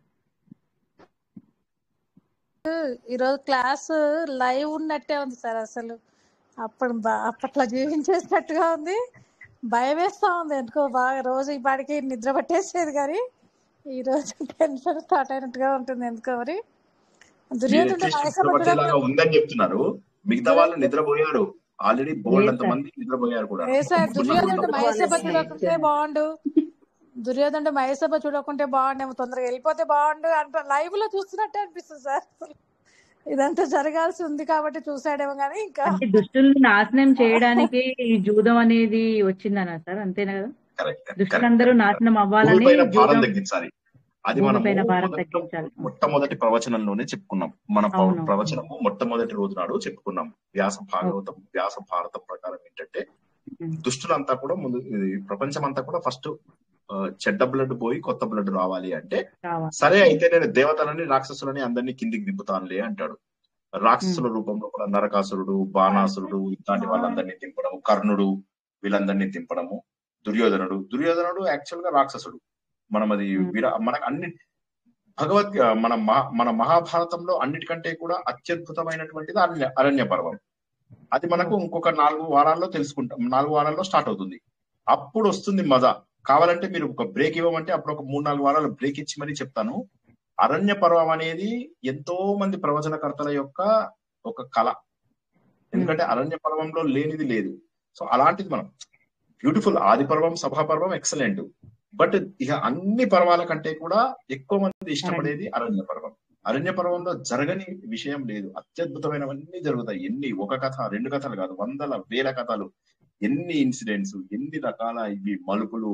అందుకే అంటారు కదా, తింటే గారెలే తినాలి, వింటే భారతం వినాలి అని. ఎందుకోసమే ఈయన ఏమన్నాడు, వేదాల కంటే కూడా గొప్పది మహాభారతం అన్నాడు. వేదాలే గొప్పవి అని మనం అనుకున్నాం, కానీ వేదవ్యాసుడు ఏమన్నాడు, వేదాల కంటే గొప్ప పుస్తకాన్ని రాస్తాను అని మహాభారతం అన్నాడు. అందుకే నేను అంటున్నాను, మనం అందరము ఎంత అదృష్టమో గుర్తించాలి. ఎందుకు అదృష్టవంతులం? మనము వేదం నేర్చుకుంటున్నాం, భారతం నేర్చుకుంటున్నాం, భారతంలో అంతర్గతంగా ఉన్నటువంటి విష్ణు సహస్రనామం, భగవద్గీత నేర్చుకుంటున్నాం. సో భజగోవిందం లాంటి ఆత్మతత్వాన్ని తెలుసుకుంటున్నాం, ఉపదేశ సారం లాంటి ఆత్మతత్వాన్ని తెలుసుకుంటున్నాం. ఉపదేశ సారము ఈ వారము ఇంకొక వారంతో అయిపోతుంది. ఆ తర్వాత మనము దశస్లోకి ప్రారంభించుకొని పూర్తి స్థాయి ఆత్మబోధలోకి వెళ్ళిపోతాం. అప్పటికి అందరూ నిజమైన ఆత్మస్వరూపులు ఆనందంతో ఆత్మస్వరూపులు అవుతారు అప్పుడు. సో అది అంత అద్భుతంగా వెళ్తున్నాము. ఆ శ్రద్ధ చూపించుకుంటూ ముందుకు రండి చక్కగా. రేపు మళ్ళీ సమయం ఉంది. సంస్కృతం క్లాస్ లో లేని వాళ్ళందరూ కూడా ఈ వారంలో చెప్పినవన్నీ కూడా ఒక్కొక్కటి 40-40 నిమిషాలు వినండి. ప్రశ్నోత్తరాలు వదిలేసేసి ప్రవచనం సమయం కనీసం 40-50 నిమిషాలు ఉంటుంది, అది వినేసేయండి. వింటే ఏమవుతుంది, మీకు సమయము అయిపోతుంది. రేపు మొత్తం లోపల 3-4 ప్రవచనాలు. ఎంతసేపు 1.5 లో పెట్టుకుంటే 40 నిమిషాల ప్రవచనం మీకు 30 నిమిషాల్లో 25 నిమిషాల్లో అయిపోతుంది. 4 ప్రవచనాలు అంత టైం లేదంటారా? అదే అబద్ధం. సో కాబట్టి రేపు సంస్కృతం క్లాస్ లేదు కాబట్టి నారాయణీయం వినండి. ఎంత మంచి నాలెడ్జ్ తెలుసుకున్నాం ఇవాళ. నారాయణీయంలో అత్యంత ఉన్నతమైనటువంటి నాలెడ్జ్ తెలుసుకున్నాం. అది రివిజన్ చేసుకోండి. ఉపదేశ సారము రివిజన్ చేసుకోండి. అద్భుతమైనటువంటి విషయాలు. విష్ణు సహస్రనామంలో నిన్న ఎన్ని గొప్ప విషయాలు తెలుసుకున్నాం. మొత్తం శ్లోకాల యొక్క రివిజన్ కంప్లీట్ అయింది నిన్న. ఒకసారి ఇవన్నీ కూడా ప్రాక్టీస్ చేసుకోండి అందరు. ఓకేనా? ఇవాళ ఆపేద్దామా? ఇంకెవరికైనా ప్రశ్న ఉంటే తీసుకుంటా, లేకపోతే ఆపేద్దాం. వేదసారం అనే కథలకు ఎంత ఎక్సలెంట్ ఉన్నాయి సార్. అసలు వేదసారం చెప్పిన క్లాస్ తర్వాత చాలా ఎక్సలెంట్ ఉన్నాయి కథలు అసలు. అండ్ వేదసారం ఎంత అద్భుతం చూడండి. ఒకటేమో శాంతి మంత్రం యొక్క గొప్పతనం. ఎందుకు నేర్చుకుంటున్నాం మనం శాంతి మంత్రం అంటే, అధ్యయనం ఎందుకు చేస్తున్నామో దాని యొక్క మూలమే శాంతి మంత్రం. అధ్యయనం, మనం చేసేది అధ్యయనం, కలిసి చదువుకుంటున్నాం మనం, అది దానికి ఉపయోగపడేది శాంతి మంత్రం. రెండవది సూక్తం. ఏదైతే ఋగ్వేదంలో కర్మకాండలే అని చెప్పేసి అందరూ అంటే, ఇది కర్మకాండ కాదు, ఇది తత్వము అని చెప్పేసి వాళ్ళందరి వాదనను కొట్టేస్తూ నేను తత్వచింతన చేయిస్తున్నాను అందులో. ఋగ్వేదంలో సంహిత భాగంని కర్మకాండలు అంటారు జనాలు, కానీ అది కర్మకాండ కాదు, అందులోపల మహోన్నతమైనటువంటి తత్వం ఉంది అని ఋగ్వేదంలో సంహితలో కూడా తత్వమే మనం నేర్చుకుంటున్నాం. అది ఎంత అదృష్టమో ఆలోచించండి. మూడవది ఉపనిషత్తు కథ. ఉపనిషత్తుల ద్వారా ఆత్మబోధ తెలుసుకుంటున్నాం. ఆ విధంగా గొప్ప విషయాలు వేదసారంలో. నేను అదే అంటున్నాను, రేపు సమయాన్ని చక్కగా ఉపయోగించుకోండి. నాకు తెలుసు ఇంటికి చుట్టాలు వస్తారు, అందరికి భోజనాలు పెట్టాలి, పిచ్చి నవ్వులు నవ్వాలి. I understand. నాకు నవ్వాలి ఉంది, పిచ్చి నవ్వులు. కానీ నాకు పిచ్చి నవ్వులు నవ్వడం ఇంట్రెస్టా, లేకపోతే ఇవాళ ద్రౌపది పైన జరిగినటువంటి అత్యాచారాలన్నిటికీ ఏడుపు ఇంపార్టెంటా అంటే నాకు అదే ఇంపార్టెంట్. ఏడుపే ఇంపార్టెంట్. నాకు గుండె ద్రవించిపోవాలి. ఒక్క రోజు లోపల పరిస్థితి ఇటు నుంచి అటు మారిపోయిందే.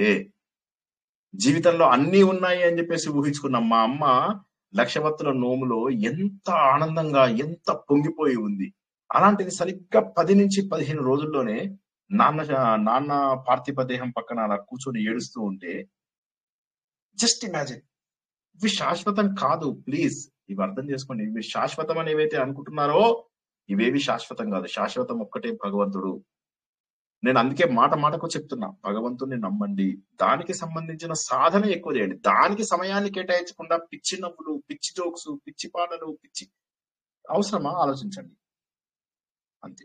చేసినా కల్మషరహితంగా చేయండి. సినిమాలు చూస్తారా, కల్మషరహితంగా చూడండి, ఓకే, నవ్వుకుంటూ చూసేయండి, ఖతం అయిపోయింది, అంతే. దాన్ని పెద్ద డీప్ గా తీసుకోవాల్సినటువంటి అవసరం లేదు. కల్మషరహితంగా ఉండండి, అది నేను చెప్పేది. కల్మషరహితంగా ఆనందంగా ఉండండి, సరిపోయింది. లేదు ఇవన్నీ కష్టం అనిపిస్తున్నాయి సార్, ఈ మార్గం అంతా కష్టం అనిపిస్తుంది, ఈజీ మెథడ్ చెప్పండి. అయితే ఒక్కటే ఒక ఈజీ మెథడ్ ఉంది నా దగ్గర దేవుణ్ణి చేరుకోవడానికి, దేశ సేవ. బస్. ఇక రాత్రి పగలు అన్ని మానేసి దేశ సేవ చేయండి.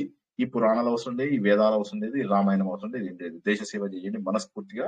సాటి మనుషులందరికీ కూడా సేవ చేయండి, అందరినీ ప్రేమించండి. మీకు ఓపిక ఉన్నంత వరకు అందరికీ సేవ చేయండి. ప్రతిఫలం ఆశించకండి. ఎవరు ఏం చేసినా సరే ఆర్తిగా ఉన్న ప్రతి ఒక్కడి జీవితంలో కూడా వెలుతురుని నింపండి. అసలు ఏం అవసరం లేదు, ఇవన్నీ అవసరమే లేదు. ఓకేనా? అందరూ కూడా ఆత్మతత్వాన్ని తెలుసుకుంటారని, ఎందుకు పుట్టాము అనేటటువంటి విషయాన్ని తెలుసుకోవాలని, ఆ తెలుసుకోవడానికి భగవంతుడే శక్తిని అందిస్తాడని, అందరి లోపల ఆ జ్ఞానబోధ రావాలని, ఎంతో ఉన్నతమైనటువంటి పంచమ వేదమైనటువంటి సంపూర్ణ మహాభారతంలో చాలా ముఖ్య విషయాలను తెలుసుకుంటూ, సభాపర్వంలో నీతి నియమాలు, వ్యక్తుల యొక్క పాత్రలు, వాటి ఔచిత్యము చాలా గొప్పగా తెలుసుకున్నాం ఈరోజు. అన్ని నెమరు వేసుకుంటూ వింటూ శ్రద్ధ చూపిస్తారని ఆశిస్తూ అందరికీ కూడా కృతజ్ఞత తెలియజేస్తూ ఈరోజు ప్రవచనాన్ని ముగిస్తున్నాము. పునర్దర్శనం సంస్కృతం ఉన్న వాళ్ళకి రేపు రాత్రి 9 గంటలకి, సంస్కృత క్లాస్ లో లేని వాళ్ళకి రెస్ట్ డే, ఎల్లుండి మళ్ళీ రాత్రి ఉపదేశ సారంతో కలుసుకుందాం. అందరికీ కూడా జై శ్రీకృష్ణ, శుభం కలుగుగాక. శ్రీకృష్ణ సార్. జై శ్రీకృష్ణ.